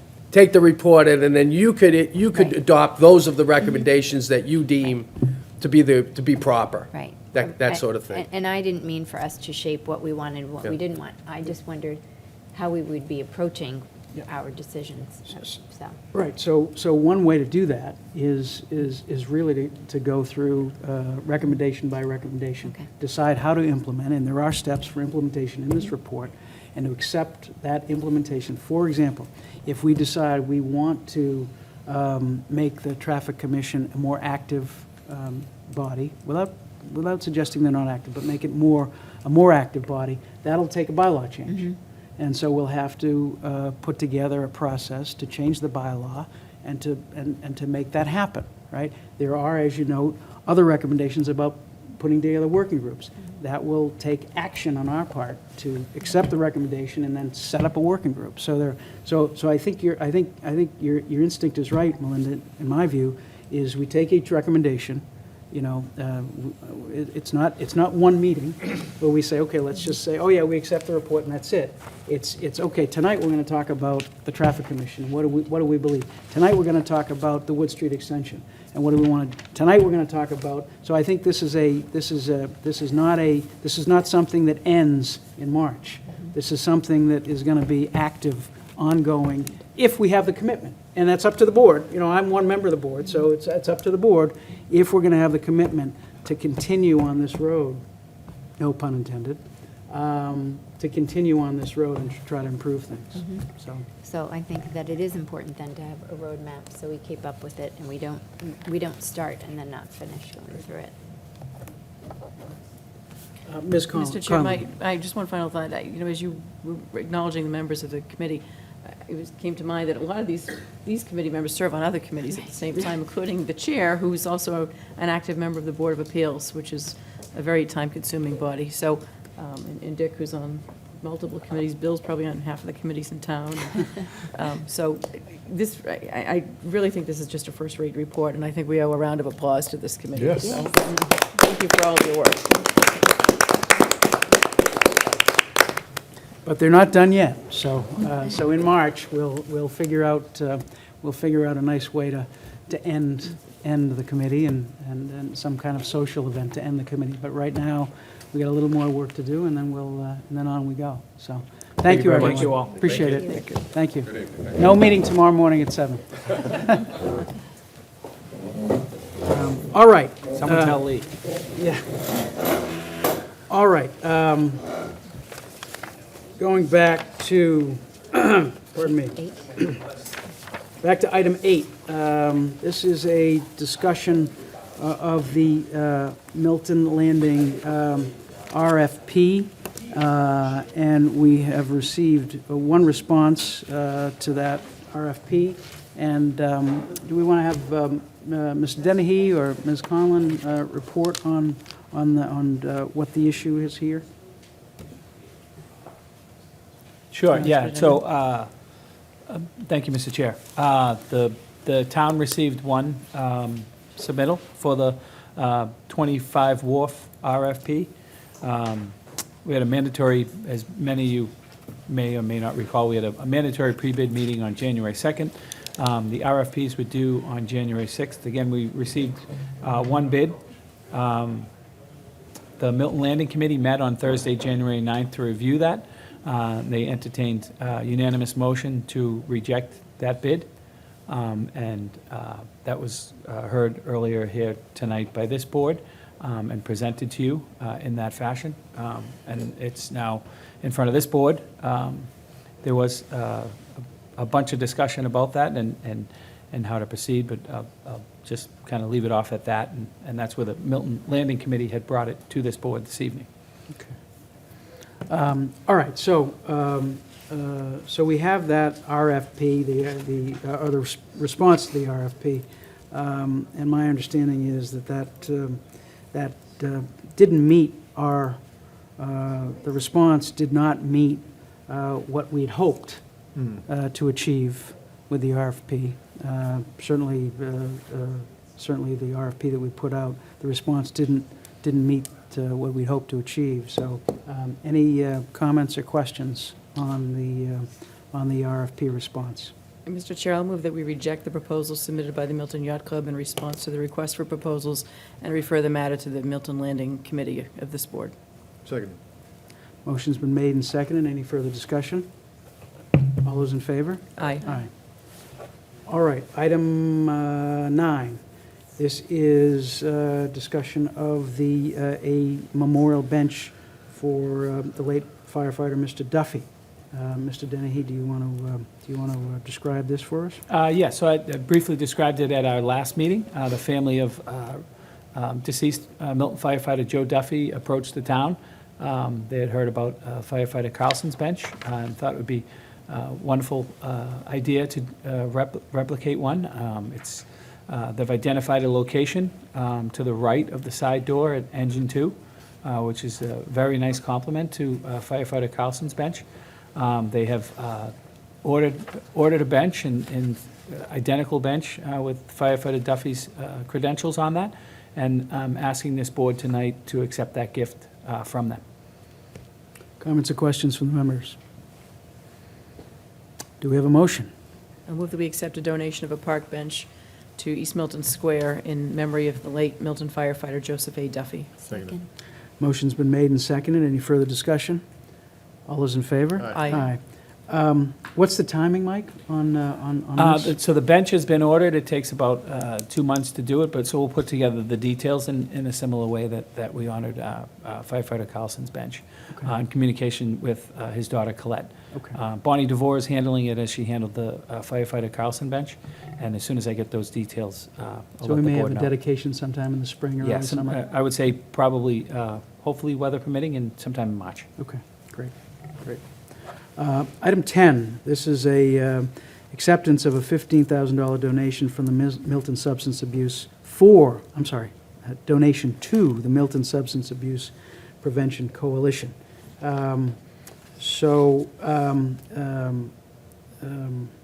Mike's 5K to crush substance abuse has generously donated $15,000 from the proceeds of their third annual road race to the Milton Substance Abuse Prevention Coalition. This donation, as we know, honors Michael Mulcahy, who left us in 2016 after a very courageous fight. His family, and particularly John Mulcahy, and including John Mulcahy, has done an outstanding job in honoring his memory and increasing awareness of substance abuse and raising funds to help with this terrible problem. And so we have before us the opportunity to accept $15,000. And unfortunately, Mr. Mulcahy, John Mulcahy, couldn't be here tonight, but I'm sure he'll be in front of us in the future to talk about this. So, do we have a motion? I move to accept a donation of $15,000 from proceeds of the third annual road race, Mike's 5K, to crush substance abuse. Second. Motion's been made and seconded. Any further discussion? One small thing, Mr. Mr. Chair. I Denning. did speak to John Mulcahy today. Yep. He apologizes he couldn't be in attendance tonight. He will be at the ribbon cutting for the youth, the teen center on February 1st, where they also donated $15,000 to the teen center. Wow. He'll be there for the ribbon cutting on that day. Right. Right, so, Very thank you very generous. much to the Mulcahy family. And that's on February 1st. That'll be 1 o'clock to 3 o'clock at the First Congregational Church. Okay, so the motion's been made and seconded. Any further discussion? All those in favor? Aye. Thank you to the Mulcahy family for their continued efforts. Item 11, reappointment of the Municipal Broadband Committee. I move to reappoint Joseph Chamberlain of 131 Clapp Street, Mark Day of 70 Cliff Road, Stephen Paxia of 1027 Brush Hill Road, and John Sullivan Jr. of 334 Elmwood Avenue to the Municipal Broadband Committee through January 31st, 2021. Seconded. Motion's been made and seconded. Any further discussion? All those in favor? Aye. Aye. Item 12, approval of a one-day liquor license for the Forbes House Museum. Do I have a motion? I move to approve the one-day liquor license for the Forbes House Museum on February 12th, 2020 for the Sweethearts at Sea event. Second. Motion's been made and seconded. The Sweethearts at Sea event. Sounds Wonder what exotic. that is, yes. I'm sure it'll be wonderful. Their events are always wonderful. Any further discussion? All those in favor? Aye. Aye. Item 13 we have done. Item 14, certificate of completion and revocation of demolition order for 131 Elliott Street. Mr. Dennehy, can you give us a quick background on this? Sure. I'm not sure of the date that the board approved this. This is to certify that the demolition work required in the deed from the town of Milton to 131 Elliott Street LLC is recorded properly in Book 35804, page 571. Ran it by Building Commissioner Joe Prondak. This is to a further document that Town Council and attorneys at 131 Elliott Street LLC that have worked through. It's a more formal document to file the requirements. Ms. Conlon. I'll move that we certify that the demolition work required in a deed from the Town of Milton to 131 Elliott Street LLC dated February 13th, 2018, and recorded in Book 35804, page 571, for property located on Elliott Street, Milton, as described in Parcel 2 of said deed, has been completed in accordance with the requirements contained in said deed, and the demolition order by the Town of Milton dated September 2nd, 2014, and recorded in Book 32-529, page 32. Seconded. Motion's been made and seconded. Any further discussion? All those in favor? Aye. Aye. Item 15, discussion with respect to the appointed treasurer referendum. We have been asked by the Town Government Study Committee before they completed their work to put, again, on the ballot, a referendum with respect to an appointed treasurer. And so this would take our vote. In order to put it on as a referendum, we would have to vote and provide a vote at least 35 days prior to the date of the election, I believe. Correct. So the election would be April 28th, and the clerk would need notification by March 24th. All right. So the purpose of this on the agenda is to have a discussion of it, if the board wishes. My thought is that we could have a vote on it at our next meeting when Mr. Wells is here, so that we can all, this is an issue I believe that we should all be heard on and vote on, and so I would propose to have a vote on this at our next meeting. I think it's important to make a decision one way or the other, sooner rather than later. People need to know what their government is, and people working in government need to know what their roles are going to be. So I think it's important to do this sooner rather than later. I'll open it up for discussion, but that's my thought in terms of the process. I'd like to have a vote. My view is we have a vote when at the next meeting when Mr. Wells is here. Thoughts or comments? Mr. Farrington. I would agree with that. I think that that's a very wise decision because knowing Richard as we do, he would want to comment, and I think his input has value, and I think that that would be a smart move. Any other comments? I'm fine with holding off a vote until the next meeting. I'm in favor of putting this matter back before the voters, whether we do it this April or at a future election. Obviously, we need if we're going to put it forward, we need an educational campaign. So I'm in favor with putting it forward before the voters again. Other comments or questions? I will say my view in the fall was that the voters had spoken last year. We have the government that the voters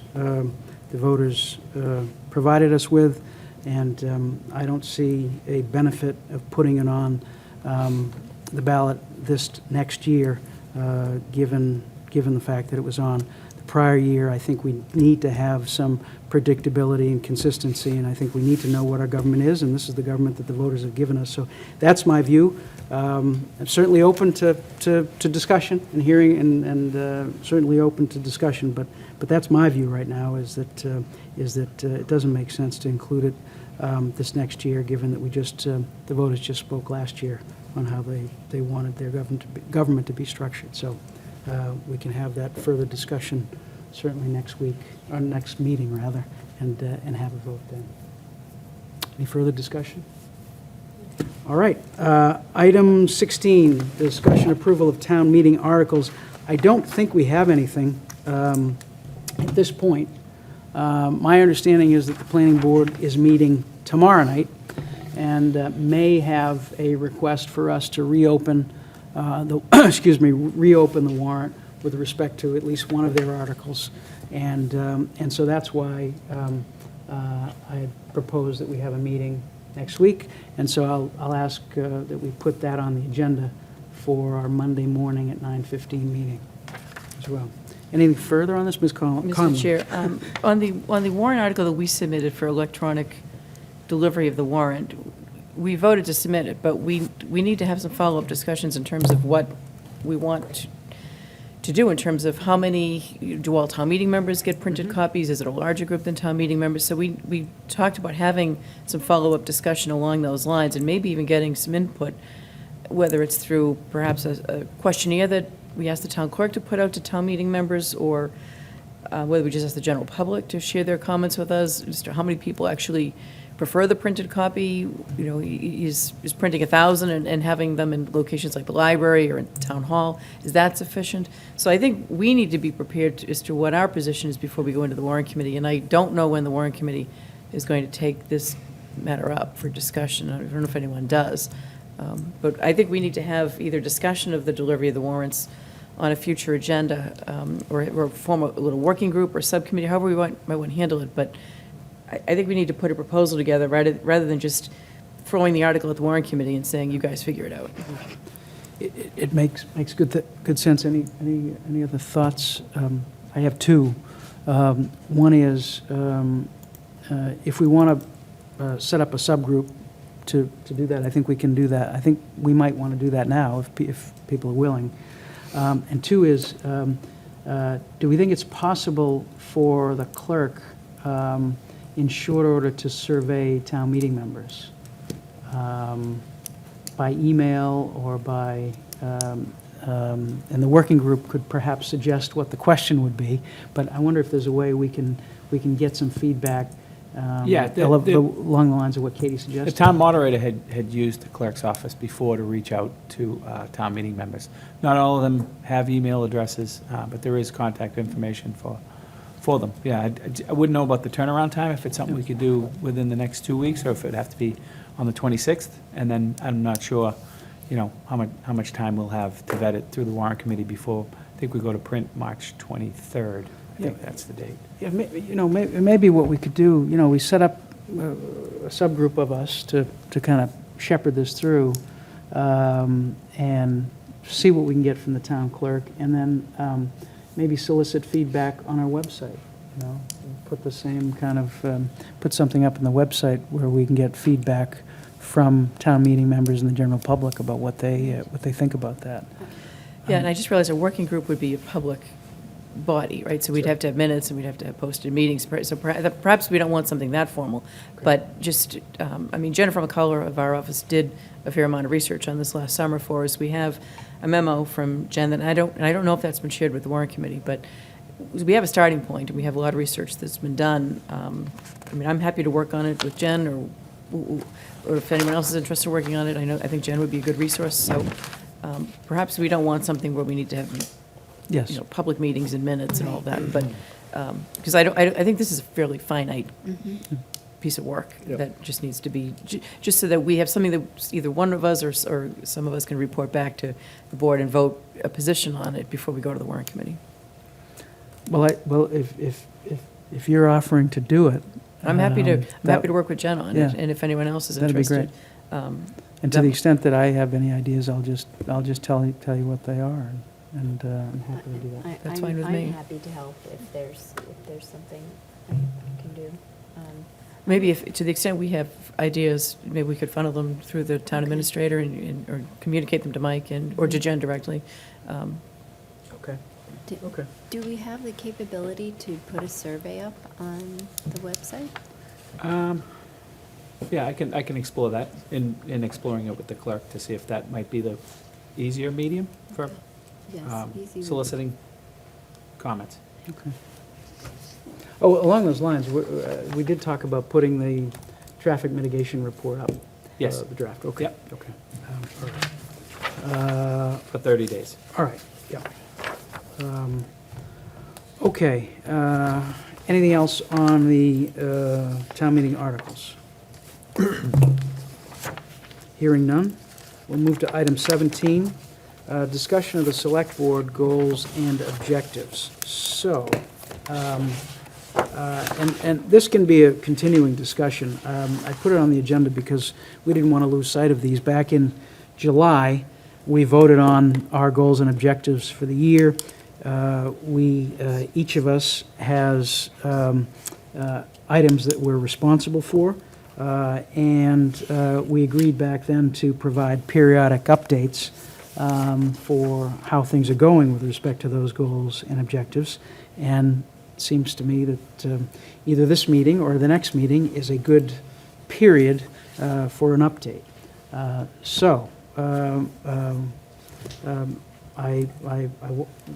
any comments or questions from the members of the board on that? No, other than thank you for keeping us all on point. You're right, we did spend a lot of time. I remember ironing out these action items and then assigning a member to each category, and it was a lot of work, and I'm glad that you brought it full circle here. And I think, loosely speaking, all of us have contributed to these topics that we've been assigned to, and I'm more than happy to provide you with some more details in the next meeting. That'd be great. That'd be great. Ms. Collins, yes. So I'm wondering how detailed you want us to get, because, I mean, in my area, I think that we've made a lot of progress as a town on all of these things, and I'm just wondering how detailed you want us to be. I think it's in your own discretion. Okay, you can always ask a question, and I'll go find out if I don't know. How's That's that? right. So it's in your own discretion, Okay. and I know that you've already put some time on responding, and so we can go through that tonight, or we can wait and I'll do it on the 12th. Well, the only thing is that Richard's not here. Right. He may like to be here. I think it would be and useful. I'd like to have him here. Yeah, I agree with that. I think it'd be useful, even with respect to the reports. I think it'd be useful because it'd be a good exchange, similar to the exchange that we had when we developed them. So I agree with that. I wanted to get it on everyone's radar screen. And so, Ms. Conlon. Mine is fairly narrow. You know, I had this, and when we designated these as a responsible member, I think what we said was, look, some of us are working on different areas that are actually in another responsible member's wheelhouse. So it's really just a matter of keeping sure that we're making progress and we're reporting back. Right. I think I could do mine very quickly tonight, because I had health and quality of life, which was airplane traffic and traffic mitigation. We had a top-notch committee here for traffic mitigation giving an update tonight, so I think we all know where that is, and that's made considerable progress.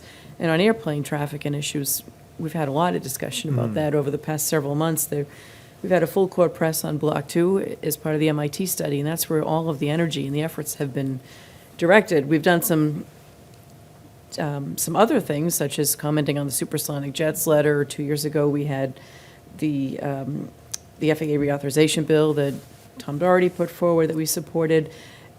We've worked with legislators. I know the chair's been out to meet with Congressman Lynch. So there's been a lot of other things happening, but the focus of the energy and the effort really has been around the MIT study. So, I think all the members are pretty much up to speed. I think the general public who watches these meetings is up to speed, and it's certainly been covered in the newspaper. So on both fronts, through efforts of a lot of people, I think we've made some good progress over the past year, and that's really where both of those stand.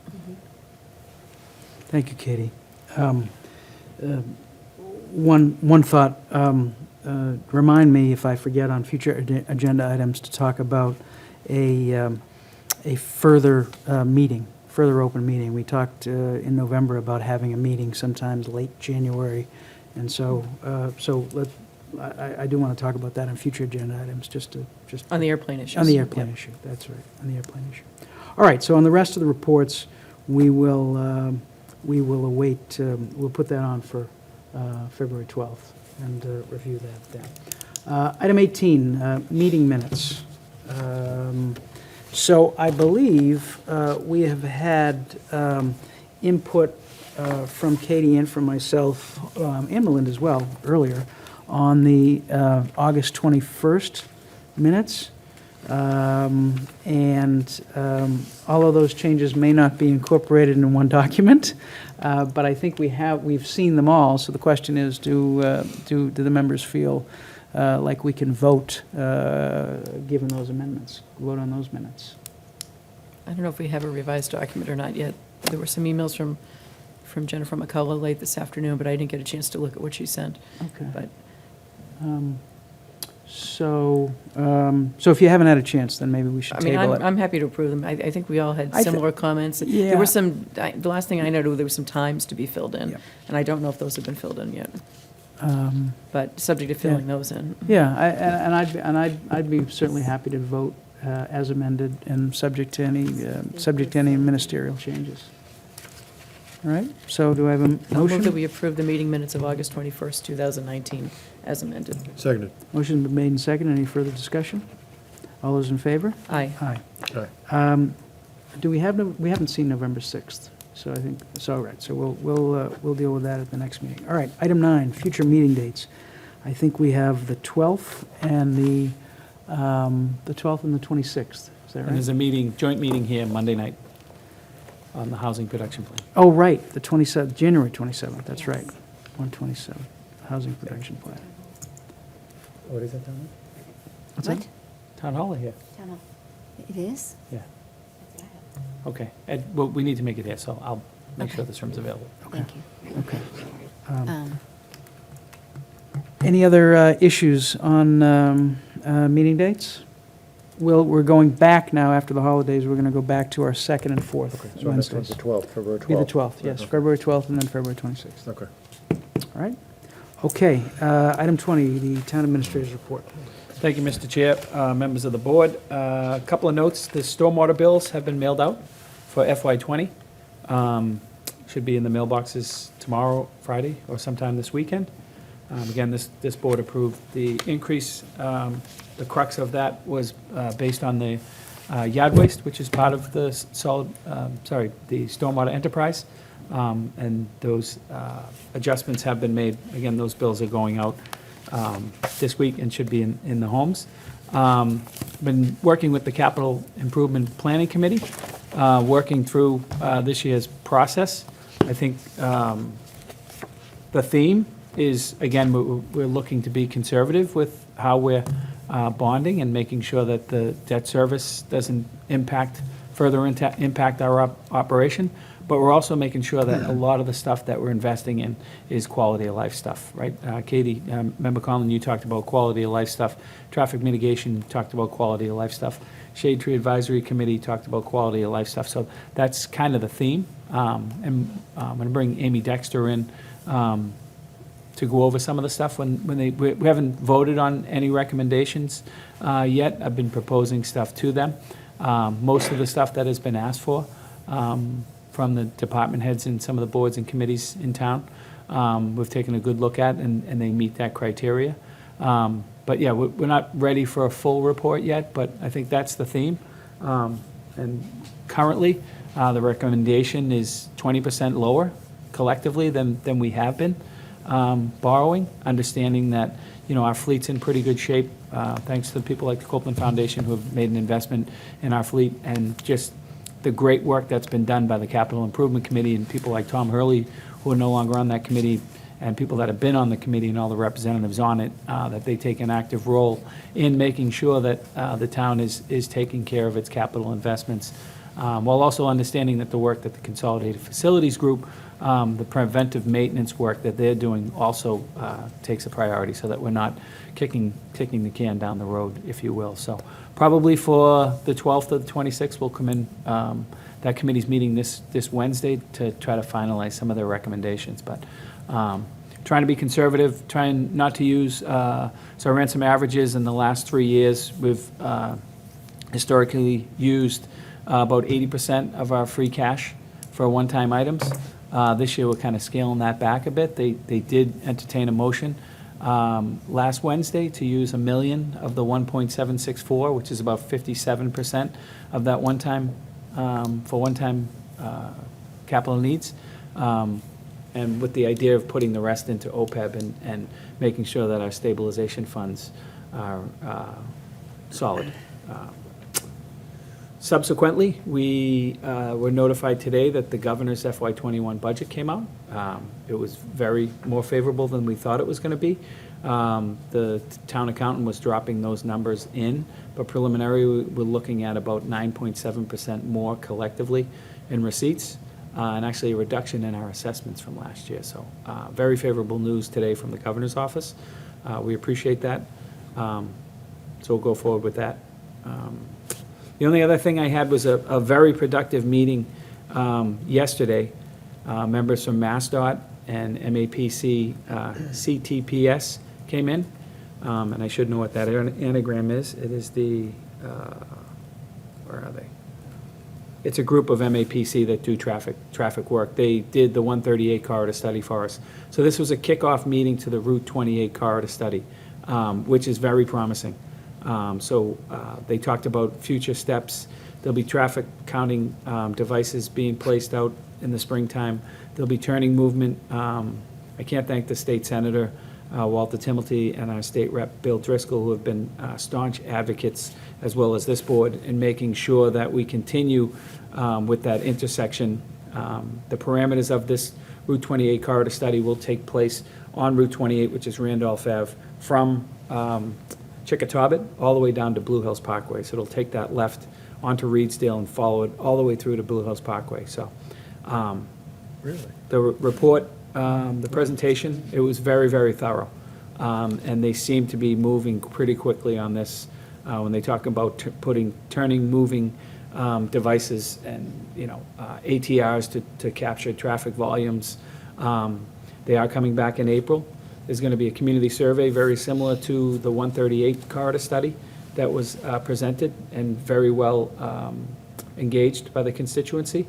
And they'll be back in April to solidify some of this stuff. But by spring, we should see this study really underway on that very dangerous corridor. So the study runs a length, Mike, from all the way from Chickatobit down to Milton Food Mart, like Yeah, the entranceway to Mattapan Square? yeah. Okay. So I'll provide you with the presentation, but it's very in-depth. It talks about all the steps that they're going to put out. Talks about the study area, and it works on all modes of travel, as we heard tonight from the traffic. There's going to be 12 turning movement count locators. There's going to be 9 ATR and speed survey locators. ATR is basically volume, but some of those are going to be equipped with speed surveys. As we know, speed is a problem on Randolph Ave and 28 on both sections, if you will, because MassDOT owns from Chickatobit to Reedsdale, and the town owns from Reedsdale out to the Parkway. So it's multi-jurisdictional, but a very thorough presentation by MassDOT and CTPS.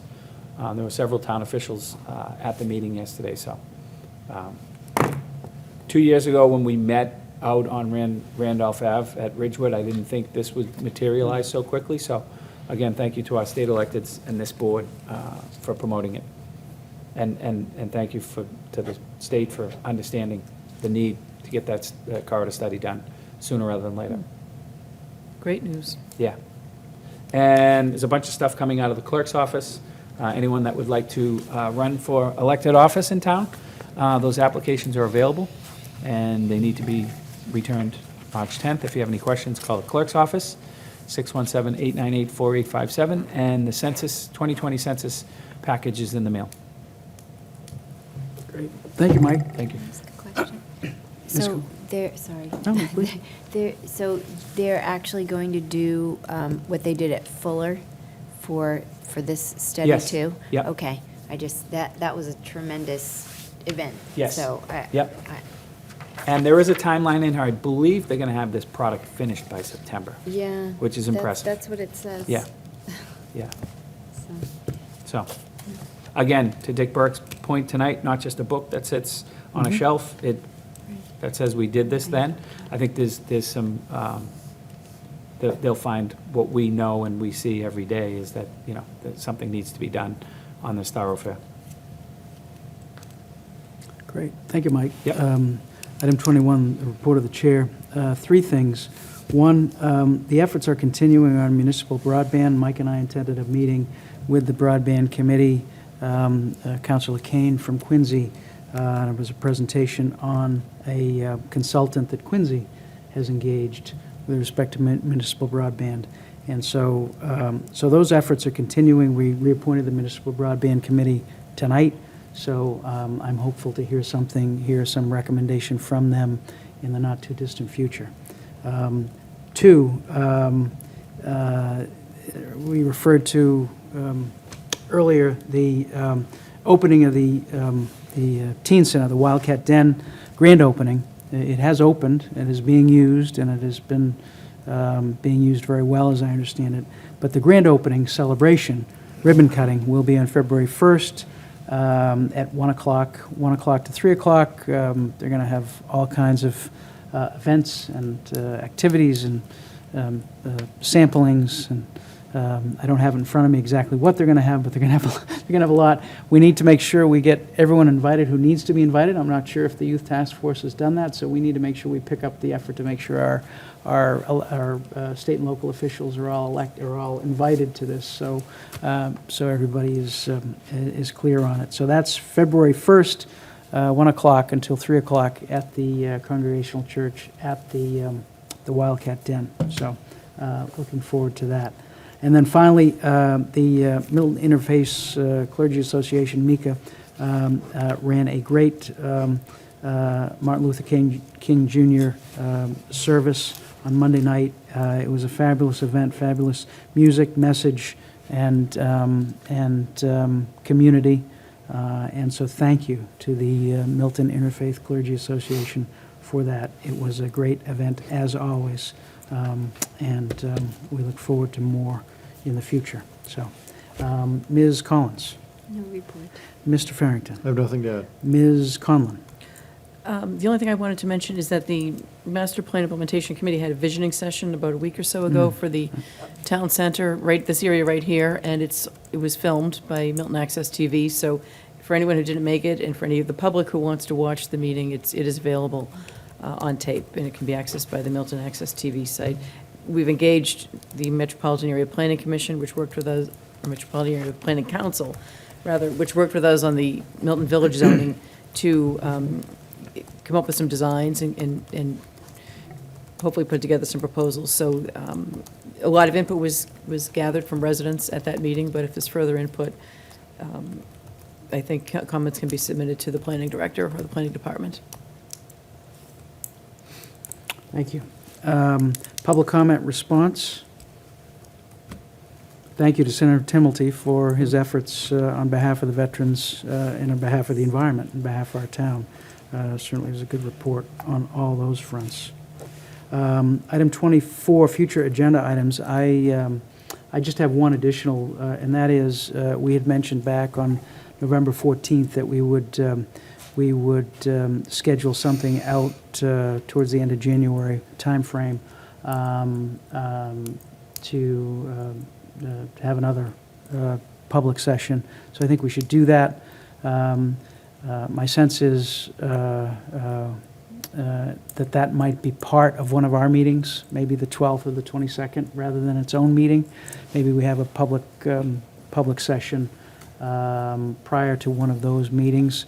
We need to make sure the scheduling works with our MCAC rep and with ANEC, but it seems to me that we should devote part of one of those meetings to an update and soliciting further comments from residents on the airplane issue.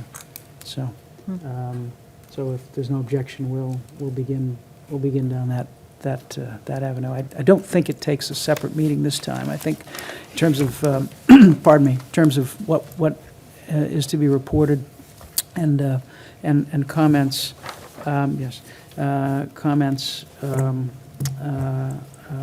Seems to me we can probably make it part of one of our meetings, but certainly open to having a separate meeting if necessary. And Tony just reminded me to welcome Hillary once again and to thank her for a great job tonight, because everything went fine. Everything worked. Everything was on target. We had everything we needed. So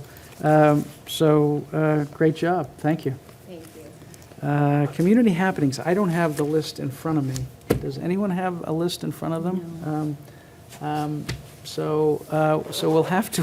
We may have to. It's kind of late in January. It's late in January. Yeah. There's a lot going on. So consult our website because I neglected to print the list. So we're just gonna. Let me just see if I have it here. I don't think so. Well, the Wildcat Den was a big one. Wildcat Den was a big one. That's right.